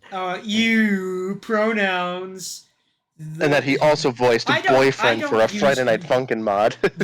No, it was an anime animation. Oh, that's right. Yeah. Well, did we make it at the end of the line? We are at 3 hours 7 minutes. Hey, we I have to did go it. make food because I'm dying. So I want to go to my chair. My back hurts so much. Well, all right. We shall cut it off here. Thank everyone watching. For watching. Thanks. Thank you, people. Remember to clip that one part at the middle of the thing. don't. Yeah. It's at 2 hours 12 minutes. Yeah. Did you actually timestamp that? Yeah. Oh, I hate you. Oh, I hate you. 2 hours 12 minutes. Don't forget it. Send it to Freya, our guest for what was it, episode 5? I think it was episode 5. Or was It I don't remember. was Wait, it was episode 4. What the get? Wait, who? What guest? Freya was Oh, the guest for oh. episode Do you 4. want to go down with me to get your mom? Meet your mom? Oh, Yeah, you're the 'cause- guest for yeah, today's episode. Your I'm family heard ending my that the podcast episode right now. So family heard that the podcast was ending. They I'm still- immediately jump on the opportunity. no, we're Yeah. ending the recording. So Oh, okay. This But- My is grandma this just came in. episode- My mother's about to come home, so my grandma came in and was like, "Do you want to go downstairs and greet your mom with me?" I was like, "Yeah, I just need to end the I just need to end the recording real fast." And so Alright. anyway, let's talk for 15 more minutes. No. All right. Well. All right. Well, thank you everybody for watching. Yeah, make sure to smash that like button and punch that subscribe and share this video. Spam it on every Discord server. Make bots on Reddit to reply to every post with it. Go on Twitter and make a tweet about I really have to get going, guys. promote Please it. cut this short. Amber, I'm begging you. I'm going to cut you short first. All right. All right. Well- Thanks. Say bye, everyone. So bye. Bye. Bye. Bye. Bye bye.